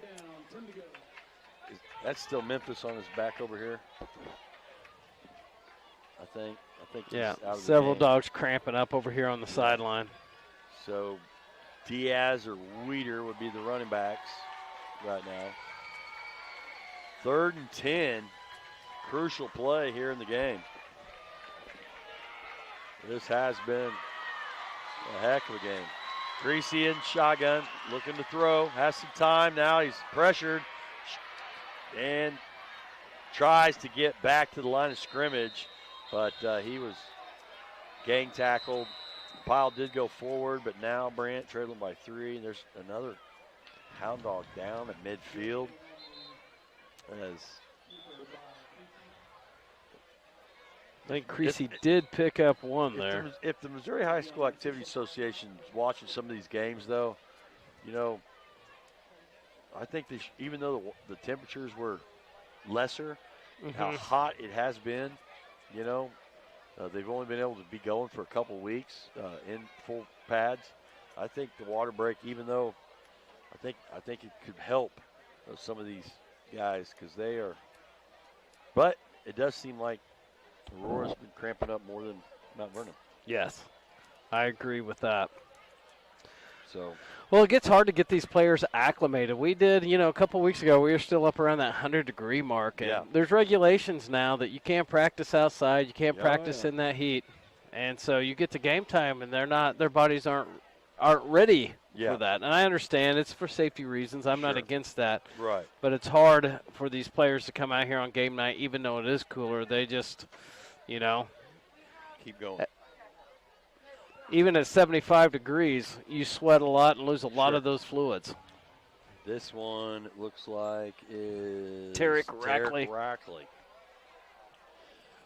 So, Hounds are going to punt. It looks like Braden Allen is already back in formation, but Rackley's down. Looks like Summers maybe getting some help from Mount Vernon's trainer as well. Yeah, and both trainers have worked well together tonight. Yeah. Lady Di is cramping up here in the sound booth. It's her first game, too, back from a long off season. That's true. Yeah. But we will be traveling to Nevada next week. We haven't really talked about the schedule. Talon Media has building your team books out, all different locations, banks, gas stations, any Casey's, most of the banks in Cassville, Monette, Aurora, Maryville. Yes, kickoff 7 o'clock next Friday night. Come join us. If you can't make it to Nevada, join us or go down to Winston's or the Strike Zone. They plan on having the games on as well because Nevada's not close. All right, so Allen is in punt formation, 6:25 and counting. He does get it off the ground as it scooted. Caught. Oh, my ball! He bounced right back up into his hands. Dang it. That's twice that's happened, but let's give credit to Omar Freeze as another sophomore, Brent, making the best of his minutes. Yeah. As, he refused to fair catch it, and as soon as he touched it, Freeze popped him one. He put the ball on the carpet, and bad luck, bounced right back to him. So now the Hounds got to get a stop here. Yeah, we got to load up. We got to stop Conway on this running back. He is. I think you're right. Got 170 yards, 107 yards just in this half alone. 175 yards for the game. Yeah, I think we're going to get a dose of him. They get out of the huddle. 15, yep. Pitch to him. He gets it back in and tackled. Give credit. Who is that? I think that was Diaz. Diaz. Good call. That was. Diaz came up and laid the wood to him there. Memphis Mooneyham's back in the game, Brent, after cramping and pamping. 2nd and 10 from the 30. Now we're under 6 minutes. 29-26, Mount Vernon leads. They get out of the huddle with 12 on the play clock. Dawson under center, hands it off to who else but Conway. And they do stop him. Started on the 30, he didn't quite get to the 35. So now it's going to be another 3rd down. Let's wait and see where they spot it. Pick up a couple there. Yeah, it's looking like 2 or 3, depending on how. It's going to be about 3rd and 7 here. Ooh, big play for the Dogs as the clock approaches the 5-minute mark. 29-26 Mount Vernon. Big play of the game right here. You know, this is another thing too, though. The senior, Dawson, this is his first career start. So this playing with this clock, he's not used to that, Brant. You know what I mean? He keeps it, throws it, caught by 81 again as he slung that sidearm. And Corey Felton with the catch. Felton picks up about 8-9 yards there, enough for the first down. That was big. But more importantly, that's about another 2 to 3 minutes off this clock. Yeah. But what I was saying a minute ago is he's not used to having to manage the clock. You know, on the other hand, Sean Creasy has actually 12 starts. He started one game his freshman year. Yeah. So he's got more quarterback time. But they break the huddle, 5-4 on the play clock. Hand off to Hunter Conway, and the Hounds got to find a way to rip that ball away from him. So another more extracurricular, and that ref actually pushed number 59 away. Same guy, that fella. Yeah. That guy. He was trying to get in. He was trying to get in some business, and yep. I'm watching him. 3:55. 2nd and 5 from the 49. Don't jump off sides. 8 on the play clock. 6. And Hunter Conway gets the ball again. Nowhere to go, but he cuts back and spins after all that activity. Oh my, I just saw that. Oh my gosh, Brent. What just happened 59 just pushed one of our guys, and they didn't do it. They didn't do a thing.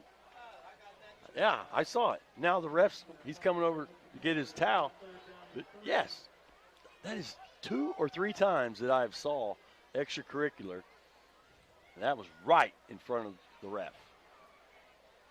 All right. I'm not making it up, dude. It's going to be 3rd and 3. Coach has got to tell his guys not to jump off sides. Well, they're going to try to draw you off here. That extracurricular would have been 15 yards instead of 3rd and 3. It'd be 3rd and 18. But here comes. Here comes. Oh, we got a timeout. Yep. Yep. We called timeout after all. Was that Aurora's? Yeah. I'm sure it was. Yeah. Yeah, Aurora timeout. That timeout once again brought to you by Heller Heat and Air. Give them a call for your fall furnace checkup at 417-678-0402. So, yeah, I got to remember that. About 4-minute mark. Anyway, this is another big deal because now if Mount Vernon gets this one, then they're going to whittle the clock away.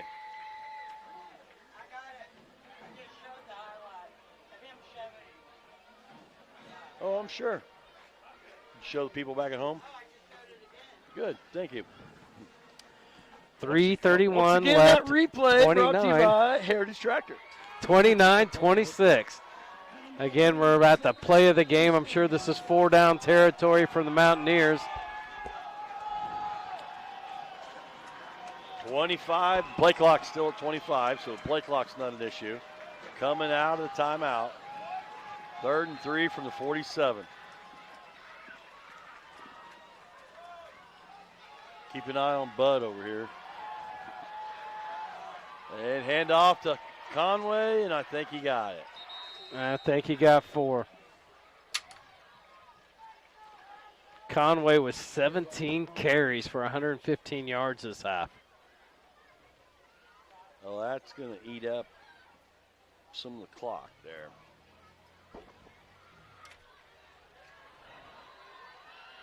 Last year it was a 1-point score, 7-6. Mount Vernon won. This year, 3-point game. And they snap it with 10 on the play clock. Good job by, who's that, Eddie Ibarra, grabbing the jersey and hanging on for loosely for dear life. I think that was Eddie. Another hound down. Get up. Get up. That was Eddie. He didn't want that guy helping him up. All right, 2nd and 7. Clock nearing 2.5 left in the contest. Got to do something here. Actually, that still says Hounds got 2 timeouts. I thought they used their second one. Get him! Yes! Good job by Allen, causing the pressure. And then the cleanup by Rackley. And a gain of Hound Dogs. And now Coach Kimes fired up. So I think he just called a timeout. That should be it for the Hound Dogs, right? Well, we'll find out. I don't know. I've seen games that there's you get an extra one? Okay, once again, that timeout brought to you by Heller Heat and Air. Give them a call for your fall furnace checkup at 417-678-0402.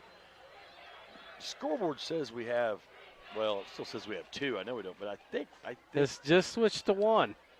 Okay. So maybe we do have one left. I don't know. I thought we called one earlier. I did too. I think the officials are talking about it. I don't know. Well, it says 3rd and 8. So another big down here.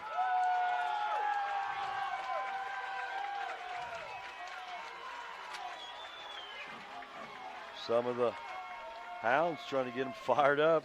Those 2 are freshmen getting them fired up. Wes.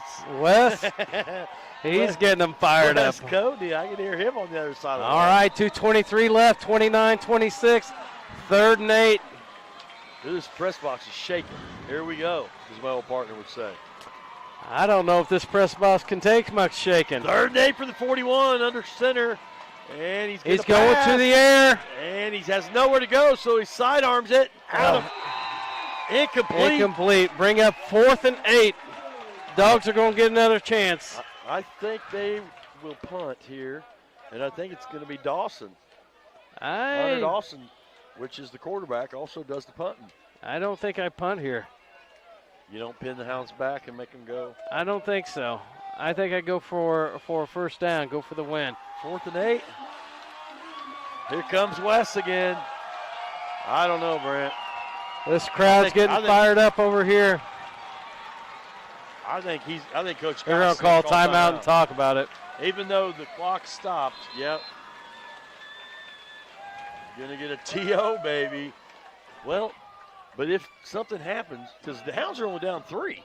Yeah. So if something happens on a negative play and the Hounds only got to go 40 yards to get in field goal range, or do you angle it and put it inside the 20 and make them go 75 or 80 yards?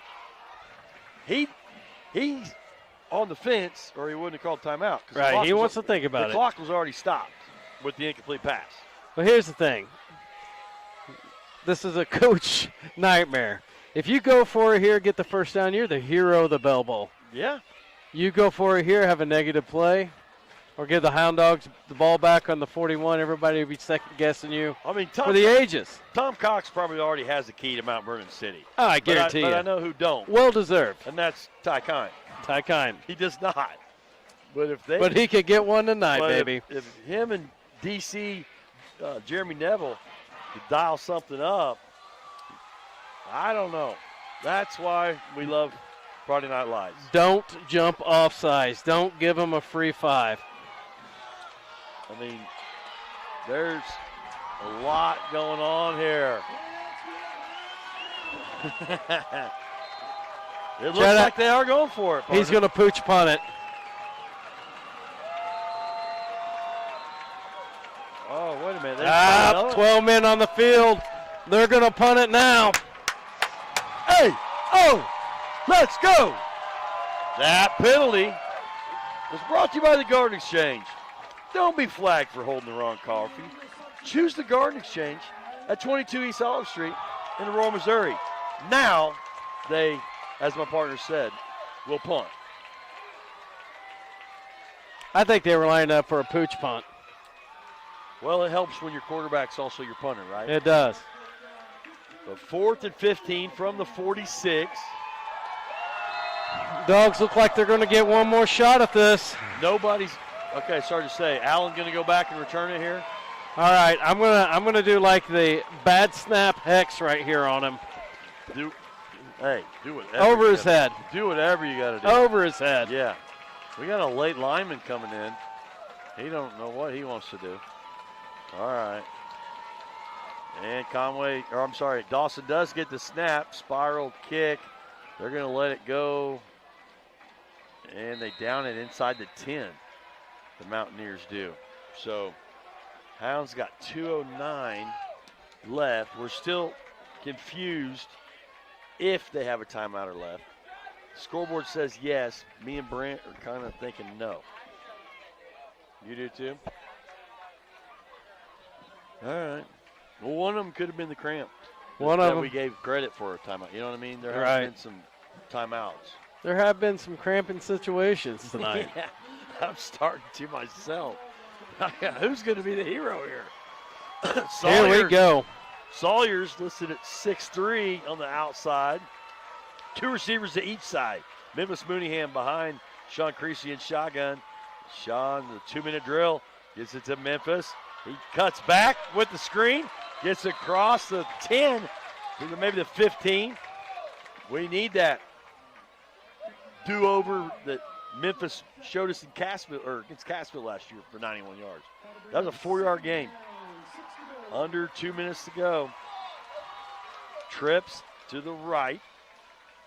Clock still ticking. Now Creasy's looking to throw it. And quick one to Memphis again. This one, the 15. He can't get out of bounds. He gets up to the 20. I don't know. We're going to find out if Aurora's got a timeout.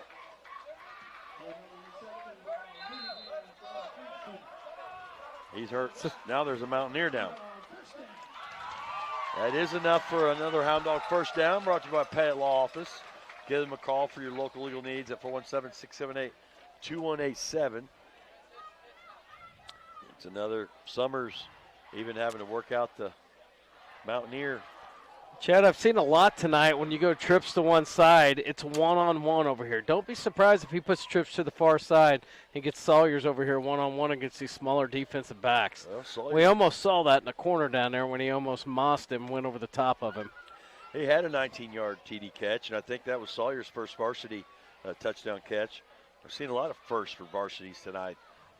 Spencer Lawford, first pick on the varsity level. But Rackley had a touchdown tonight.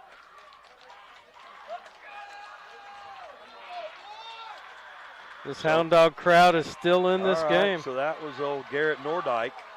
He shuffles off the field.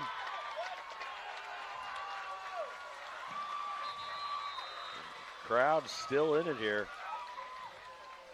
One of the bigger crowds at Kelly Field we've seen in a while, Brent. No quit in these Hound Dogs. 1:32 left. Now it's counting.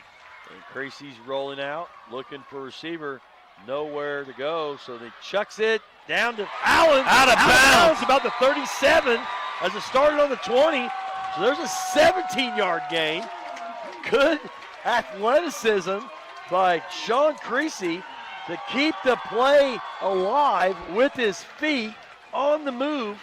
And we've seen that, man. Yeah. He's good at rolling to the right on the move. He throws the ball well on the move. And good job by Allen to tiptoe and tap his feet in before he goes out of bounds. Shotgun is Sean. Once again, he's looking for Allen. A little give and go. And he's open. And he caught it! He caught it! Down to the 30. 30 and had a Mountaineer on his back. And that was old Isaac Hernandez. That was the old 8 route, I think we used to call that. Yeah. Saw that happening. Under a minute. First and 10 from the 27. Good route by Allen and good throw by Creasy. Here we go. He's looking to throw it again. He's looking for Allen. Now he's just got to tuck it and trying to get what he can. Back to about to the line of scrimmage. Now, is there a timeout called? Okay, so Aurora did have one left. Aurora did call their final timeout. All right, so that was the last timeout. Good job, Di. Creasy has to know he's just got to get rid of that ball there, throw it out of bounds. Yeah. So we don't exactly know where Juan Guido's range is. It's 2nd and 9 from the 26. I think we still have to pick up 10 to 15. Right now it'd be a 43-yarder. Yeah, we need about 15 to 20 more yards here before we attempt it. I'll take the TD. 44 seconds left. What a game. 29-26. What a game. We're here. Student section on their feet, if you're wondering. No, they ain't sat the whole game. Looking across, Mount Vernon student section. No, they ain't sat neither. 2nd and 9 for the 26. Juan Guido practicing here, kick it in the net if need be. So it looks like Allen is the lone receiver over here on the right, Brant, with trips to the left. Weeder in the backfield behind Sean. And they're looking to throw it. He can't take a sack here. Good job to get rid of it. Good job by Sean. That's head awareness there. Yeah. He had a Mountaineer trying to grab his leg and ankle, and if he takes a sack there, it's bad. Yeah. Instead, 37 seconds live left. for another day. 3rd and 9. It'd be ideal to get a first down here and be able to spike it.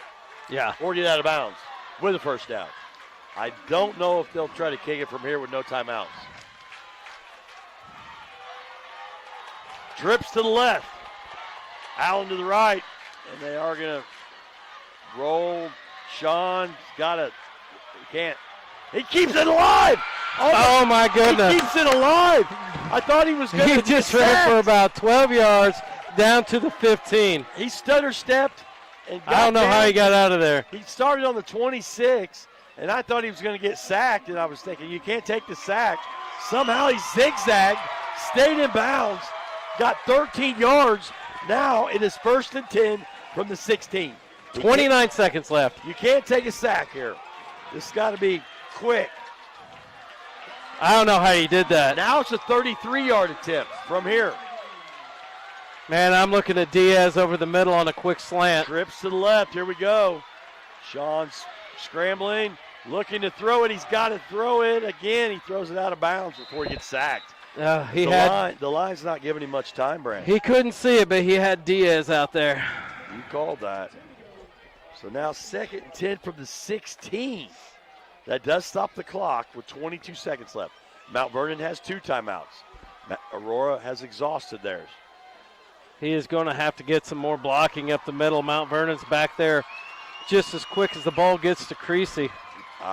You're right. Well, very inexperienced line too, Brant. They've done well tonight. Yeah, Gabe Van Note's been anchoring it. Man, I'm looking at Diaz with a quick slant again. Trips to the left. You got to get rid of it. Sean does. Open. And touchdown! Touchdown! Hound Dogs! Touchdown! Touchdown! Hound Dogs! Was it Tarek Rackley? Woo! 16 yards. There's sirens. There's fire trucks. There's mayhem at Kelly Field. Oh, my goodness. I thought it was.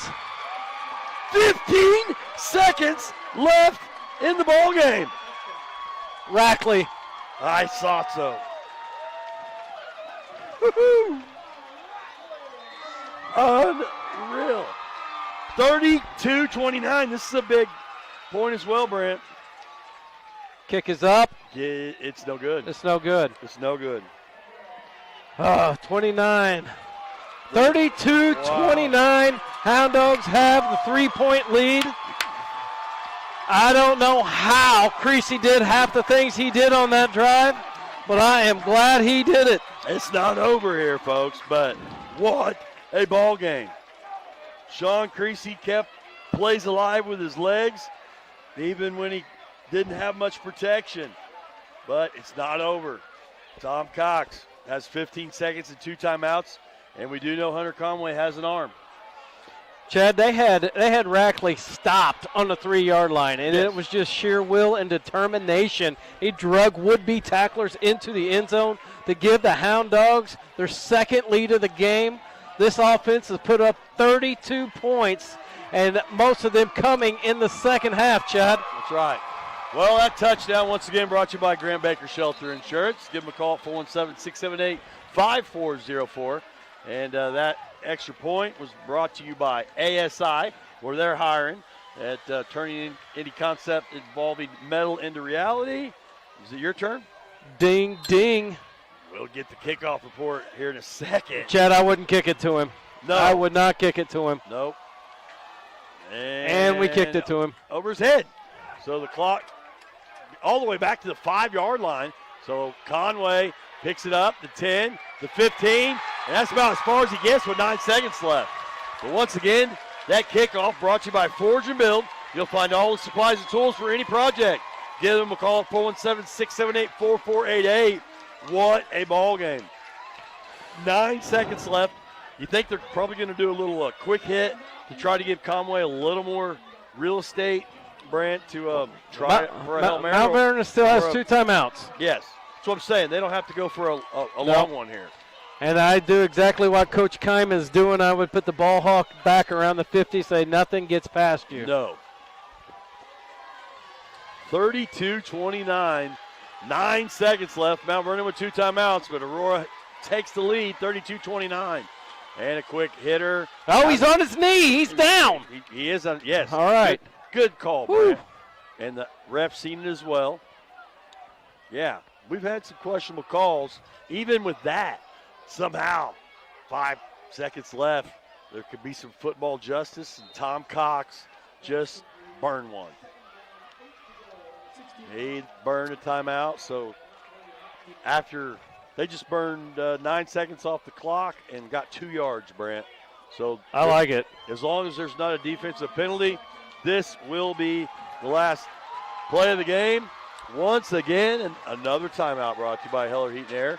Give them a call for your fall furnace checkup at 417-678-0402.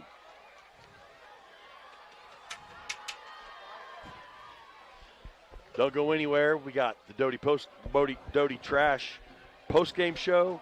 We got hopefully the coaches interview brought to you by Conran Welding. We got the Tom Williams Player of the Game to give out. We got the Hard Hit to give away, brought to you by Hound Dog Barbershop. And a lot still to go on here. But 5 seconds left. These fighting Hound Dogs holding on. They want that Bell Bowl back. Oh, my goodness. They want that Bell Bowl back. 5 seconds. 5 long seconds. Mount Vernon brought their Bell and the Bell Bowl trophy back, or over here. We'll see what they go home with. Here's the play. Conway scrambles, just throws it up in the air to about the 30-yard line, and it's not caught. No. That's the pass game. interference. Hound Dogs take the Bell Bowl, baby. Hound Dogs win 32-29, and the Bell Bowl trophies staying in Lawrence County, but it's coming back to Aurora. What a ball game. Oh, my goodness. What a game. Welcome to Aurora, Coach Kai Kime.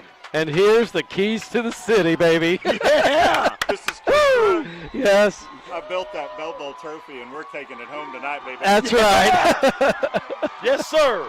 Oh, That was Coach Rook. He said he helped build that Bell Bowl trophy, and it's coming home tonight. amen. What a ball game. We will take it. All right. Well, I tell you what. Look at the student crowd, Di. Look at them as well. But, yeah, get the handshakes. The student section on their feet. There's still a lot of people here. I tell you what, we'll step aside a second. We got some stats to get to.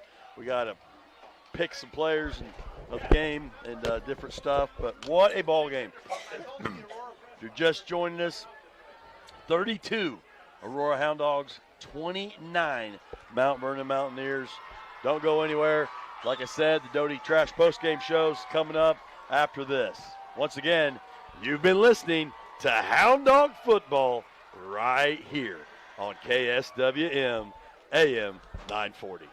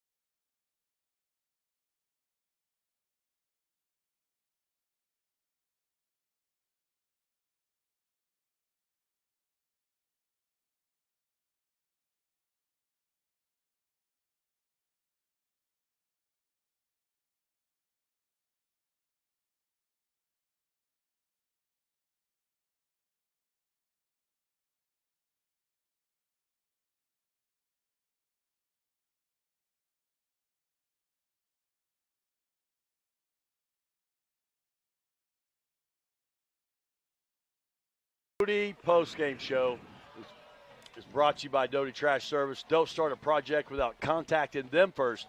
They make the cleanup easy. Give them a call at 417-678-1350. Hey, buddy.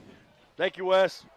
All right, so recap on the scoring summary for this awesome installment and latest installment of the Bell Bowl. And you never know, Brent, we talked about it earlier with district assignments. We might get to see them again. You just never know. You don't know. Last year they were not in our district. This year they are. But Mount Vernon got the first punch in tonight. Be safe. First quarter, 7:26 left in the first quarter. Hunter Conway had a 3-yard run to make it 6-0. The PAT was good, and it made it 7-0. But then with 4:33 left in the second quarter, Braden Allen had a 22-yard catch from Sean Creasy to make it 7-6. And the PAT was good to make it 7-7. But then, with 1:22 left before half, Jackson Collier had a 5-yard catch to make it 13-7. The PAT was good, and it was 14-7. So then Mount Vernon had a 14-7 lead at the half.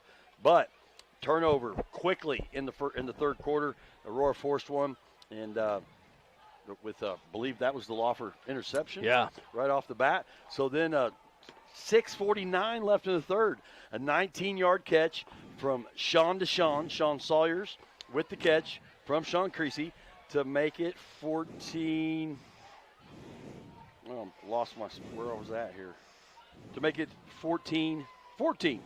But then Hunter Conway, with 5:35 left in the third, had a 39-yard scamper to make it 20-14. The PAT was good, and it made it 21-14.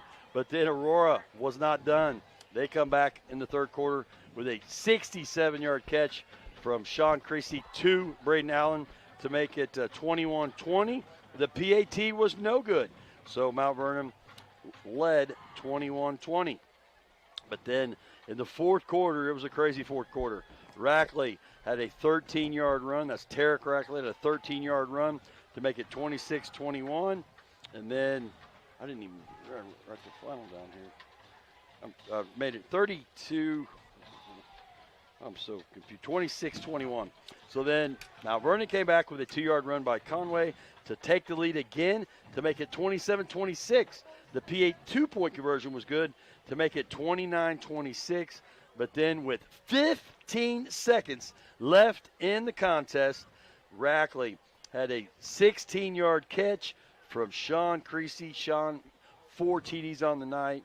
Brown will get into the stats a little bit to make the final score 32-29, and Aurora comes away with a win, 1-0 in the Big 8. Hey, we're leading the Big 8 conference. They get their trophy back to Aurora, and now this trip to Nevada next week will be a little easier. And we said it a minute ago. Hopefully, we'll get to meet Coach Keim here in a little bit. But what a introductory game to Coach Ty Keim in the Big 8 Conference. Goodness gracious, what a game tonight. Hound Dogs went toe-to-toe with their nemesis and came out on top. It was one of those games, whoever touched the ball last, you had to believe they were going to win. The tale of two halves. Sean Creasy had 257 passing yards in the second half, Chad. Wow. I mean, he was Mr. I can do anything tonight. Yeah. That scamper, big scamper down here that I thought he was tackled pivotal. Like 3 times. We said these two quarterbacks are going to come in here, and one of them is going to have to take a bigger leadership role. Well, Mr. Creasy, welcome. You are our leader, and we are believing and following you right now. 328 total passing yards for the Hound Dogs. Got positive rushing yards, 67 passing yards. Now, Mount Vernon did own the rushing yards. They had 231, but that wasn't enough to the high-octane offense of the Hound Dogs. The ball hawk, Braden Allen, had 175 receiving yards with a couple touchdowns. That's career high for him as well. So you start looking at player of the game, man. Yeah, we got to talk about that. Yeah, we'll talk about that in a minute, but who do you pick? Defense stood up the second half, too. They played big where they had to play big. And Conway did get out of here with 180 rushing yards, but it wasn't enough to keep up with the Hound Dogs. It's nice having an offense, a high-octane offense. I hope they can keep it going next week. I know Nevada's going to be a tough challenge for us. Yes. But, Nevada, we'll get into some scores here after this in a little bit. But Nevada is always a tough out, especially going up there on their turf and their field. But, we talked about it, and we'll get into some of these scores here after a bit. The area scoreboard brought to you by Crafton Cantrell Funeral Home. But we talked about it. We know a little, not a lot, but we know a little. And we said there's no layups in the Big 8, and there may be a surprise or two for some of you folks that don't have the internet access to on some of these scoreboards. So don't go anywhere. We are going to, I believe, be joined by Coach Ty Kime. But, don't blame him. He got to absorb this, Brent. We are used to this atmosphere, obviously, growing up here, being former players, getting to do what we do on Friday nights here in the booth. But, I think this is the first Aurora football game that he's attended. And what a game. And, there were some great moves and choices. Great calls. Calls, yeah. I like that. Rackley, that 13-yard Weeder to Rackley one, but then sideline one, far sideline. I mean, this is going to be a fun one to go back and watch just with everything that went on in this ball game. And, we talked a little bit in the pregame about it. Yes, we lost 12 or 13 seniors. We only had last year. We only have 4. 2 of them have played before. I wasn't going to brand this as a rebuilding year, but it was almost now I just got to forgot what I was going to say. Like a player development. Right. And we saw some of these young guys get some action last year, but tonight, I mean, it was next dog up, and they stood toe-to-toe with Mount Vernon, and they a Mount Vernon team that's went 9-4, 9-3 last year. Yeah. And had some success in the playoffs the last couple of years. Yeah, and 2 of those losses were to Seneca. Right. So, right. I mean, there was a bunch of spots we had questions, young guys with no experience, and they just stepped up and they grew. And what that tells me, there were some mistakes. Offensive line needs to shore up a little bit. But when you cannot play perfect and win, yes, that's a whole new level. We have room for improvement, and I'm not saying we're going to the state playoffs, the championship game right now, but this could be a fun season. Yeah. There's a lot of good. How many – so Mount Vernon turned it over twice. How many do we have? I don't remember a turnover. Okay. The only pick we had was on an extra point. Yeah. Right. We had 6 punts tonight. Right. All right. Well, I'll tell you what. We're going to take another quick break, and we'll come back with the I think Ty Kime may be heading this way. So once again, you're listening to the Doty Trash postgame show. Don't go anywhere. The Conran coaches interviews coming up after this.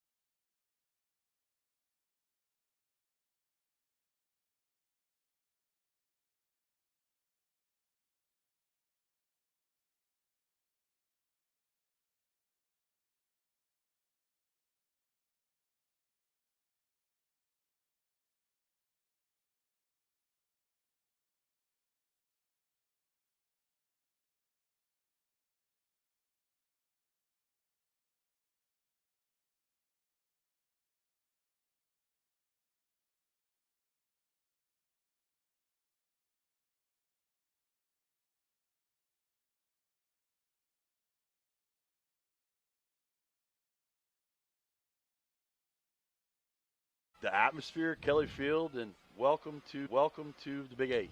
Appreciate that. Yeah, no, I mean, the day started off great anyway. I mean, we had some softball games and soccer games, and fire department kind of convoyed us over here, and then what I saw with the tailgate, and then walking out here, yeah, it was something. I've coached a lot of games, but this obviously, and everybody kept telling me, but it did feel different with this deal here. So I just couldn't be more proud and more happy of our community, number one, coming out and supporting the boys. So.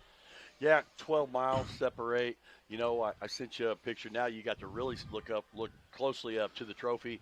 It goes back to at least 1919, but very slow or a little proximity. We knew they were going to have a big crowd, but Aurora, they come out, support, knowing that this was the Bell Bowl. But me and Brant, and my wife's been here the last couple of years, but that track was wrapped all around. We knew they'd have a good contingency of folks. But even after the game started, there was a log jam of cars behind the bleachers here, and there was at least 75 or more people still waiting at the gate to try to get in after 7 o'clock. And we knew there was going to be a lot of folk here, but tonight it was the people that came got their money's worth. Yeah, for sure. And then after our first series, I was glad maybe a few of them didn't see that one. But, yeah, first half, we just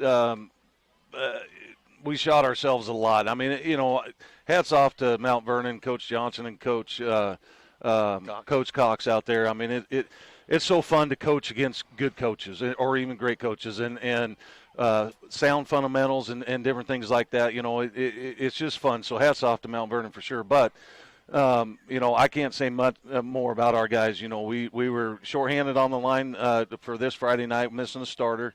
And we had a lot of guys playing both ways, kind of saw it towards the end of the game, of cramping up and things. But, first half we counted up 7 times we either went the wrong way or we're in the wrong formation. And, just first game stuff, and I think we started putting it together in the second half, obviously, as it showed.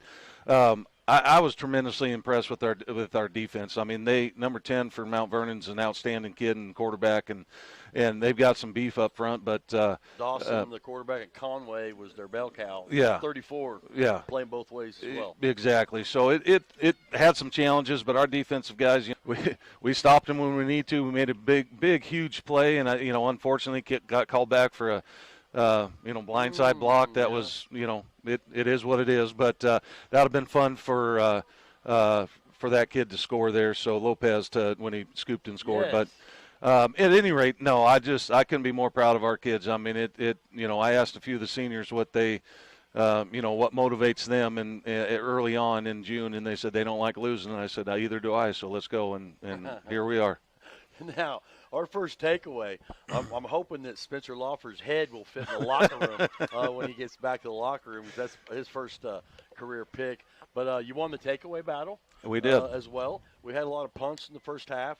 But, the turnover battle, a lot of times, you talk about it, the power of 11, blocking and tackling, simple things. But you had not only the next guy step up today, but some younger guys that haven't really had that much Friday Night Light experience. Their number got called tonight, and even guys like James Powell that hadn't played, I saw him make a couple special team tackles, getting the best of their minutes and moments. For sure, and that's kind of what we're all about with the Power of 11. It's the 11 guys out there, and it's not always our best 11 athletes. It's our 11 best together, and we do that on special teams. And that was my fear, honestly, coming in. We're missing the returning kicker from last year, Castillo. Yeah. But Juan Guido, I mean, just stepping in, never played football before, and he was down on himself a little bit, and I told him, don't worry, just one out, and he did a great job on kickoffs. I mean, just kind of pinning them down there and then our kickoff coverage team. But yeah, you're right. I told the team coming out of the locker room, hey, there's 3 things that happen week 1, and it's doubt, it's mental mistakes, and it's turnovers. We win 2 out of 3 of those, we should win the game, and we had some doubt early, 100%. But I think in the second half we put that to bed, and we turned it up another degree. So. Well, we're still obviously getting to know you better, some of your tendencies and play calls, but There was a couple plays, the touchdown to Rackley, his first one, not the second one. But then I got to go back. I don't know what exactly happened on that sideline.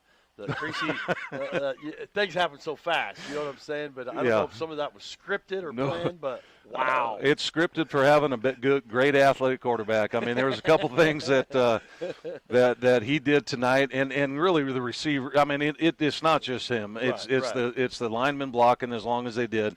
It's the receivers. We've worked on a scramble drill, and that's what those two things are. Now the one where Weeder got the ball and then pitched it back to Sean. Then we threw it deep. That was completely just athletes being athletes, and it was pretty outstanding to see that go and see other guys like you said. I mean, Sawyer's making a great big catch.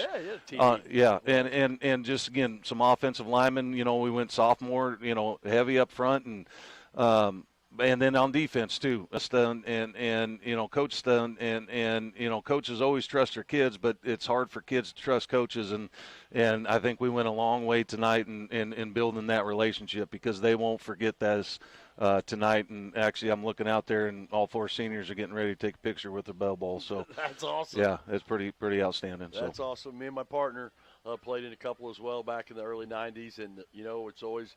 We've talked about it. It almost sounds redundant, but when these two teams get together, week 3, homecoming will be week 6, and then senior. When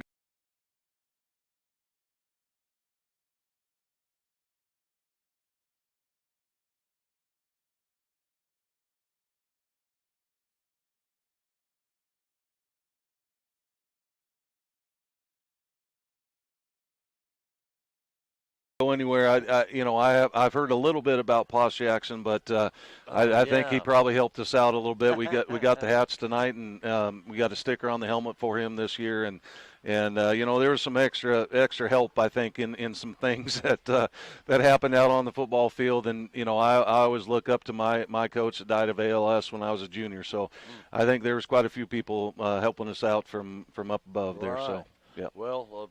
Football justice from this side, anyway. It worked out well tonight, and we really appreciate you coming up here and getting the season started off. Hey, we're in first place in the Big 8. That's right. Yes, sir. Want to know. Once again, that's Coach Ty Kime coming up for the postgame show. We're going to take another break, and then me and Brant's got to come back and give a player of the game and a hard hit of the game and hit that area scoreboard, high school scoreboard before we leave. Once again, you've been listening to Hound Dog Football right here on KSWM AM 940.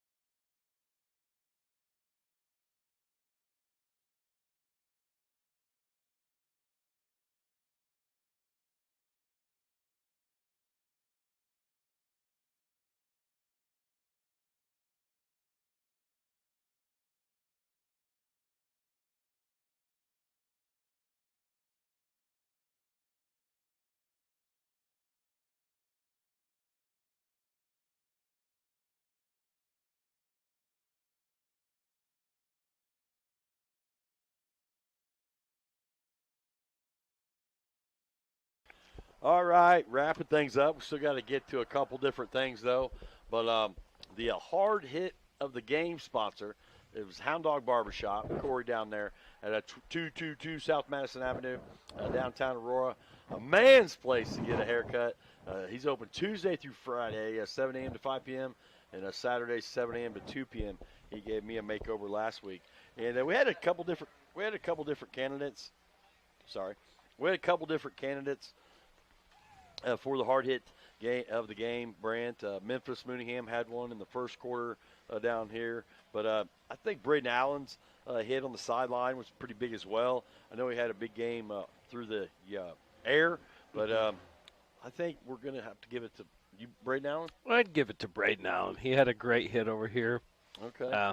So Braden, congratulations on that. And then there's a player of the game sponsor, Tom Williams Machine Shop. Tom's Williams Machine Shop's been offering quality work to the Ozarks for over 40 years. If you got a big weld job, give them a call. Contact them for all your big welding needs at 417-678-3723. We both know folks that work out there as well. There's some candidates here for this one. Allen with 175 yards through the air. Couple touchdowns. Rackley had a couple touchdowns. Yeah. Probably one of his best games as varsity. But 328 yards passing, 4 touchdowns. 54 yards rushing. 54 yards rushing, almost 400 yards of total offense.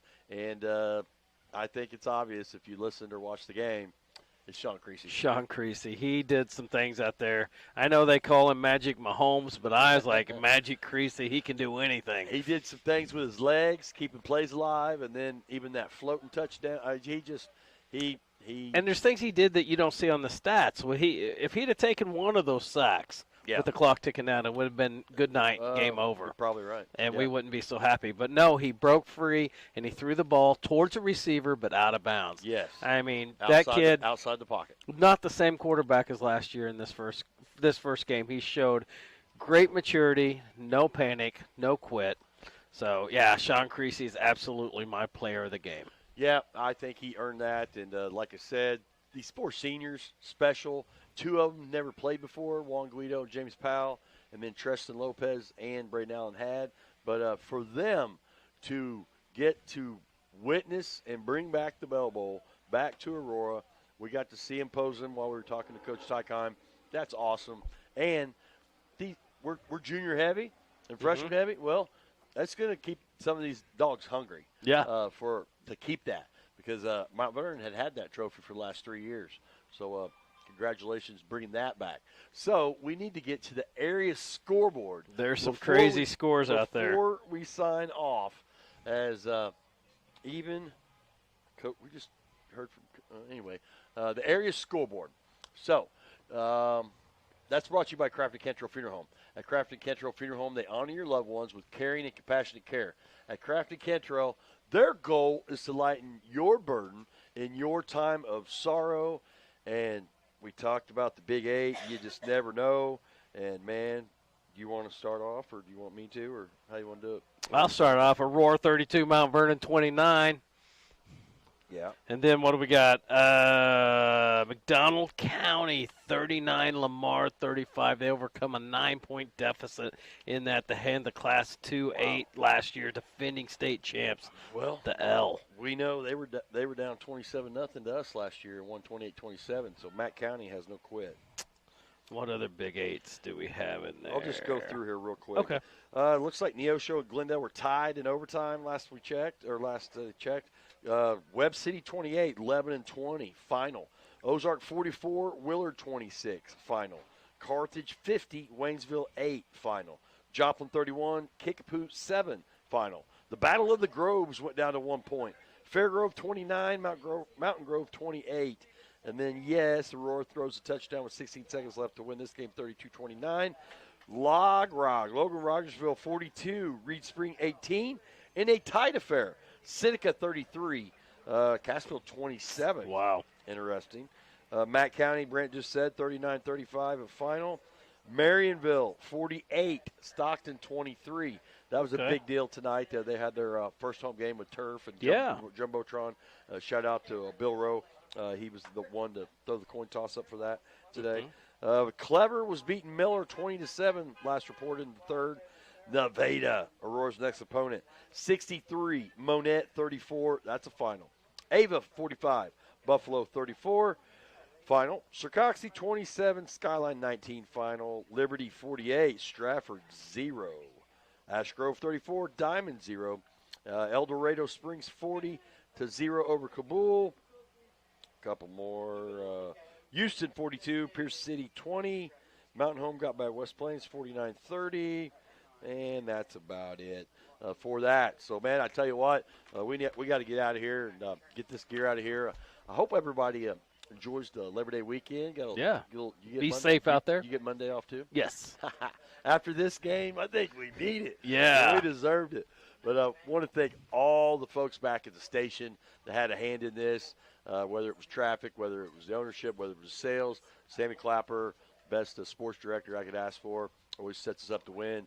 But ultimately, you're going to hear the sponsors one more time when we go out of here. We could not do these broadcasts without local sponsors, folks. So, yes, shop local. And when you see some of these folks out and about, tell them thank you for bringing you Aurora Hound Dog football, not only on the antenna, but also on Aurora Web TV. So next week, the pregame will be at 6:30 right here on KSWAM 940, and the video will be on Aurora Web TV as well for those folks that can't make it up. Sorry. For those folks that can't make it up to Nevada.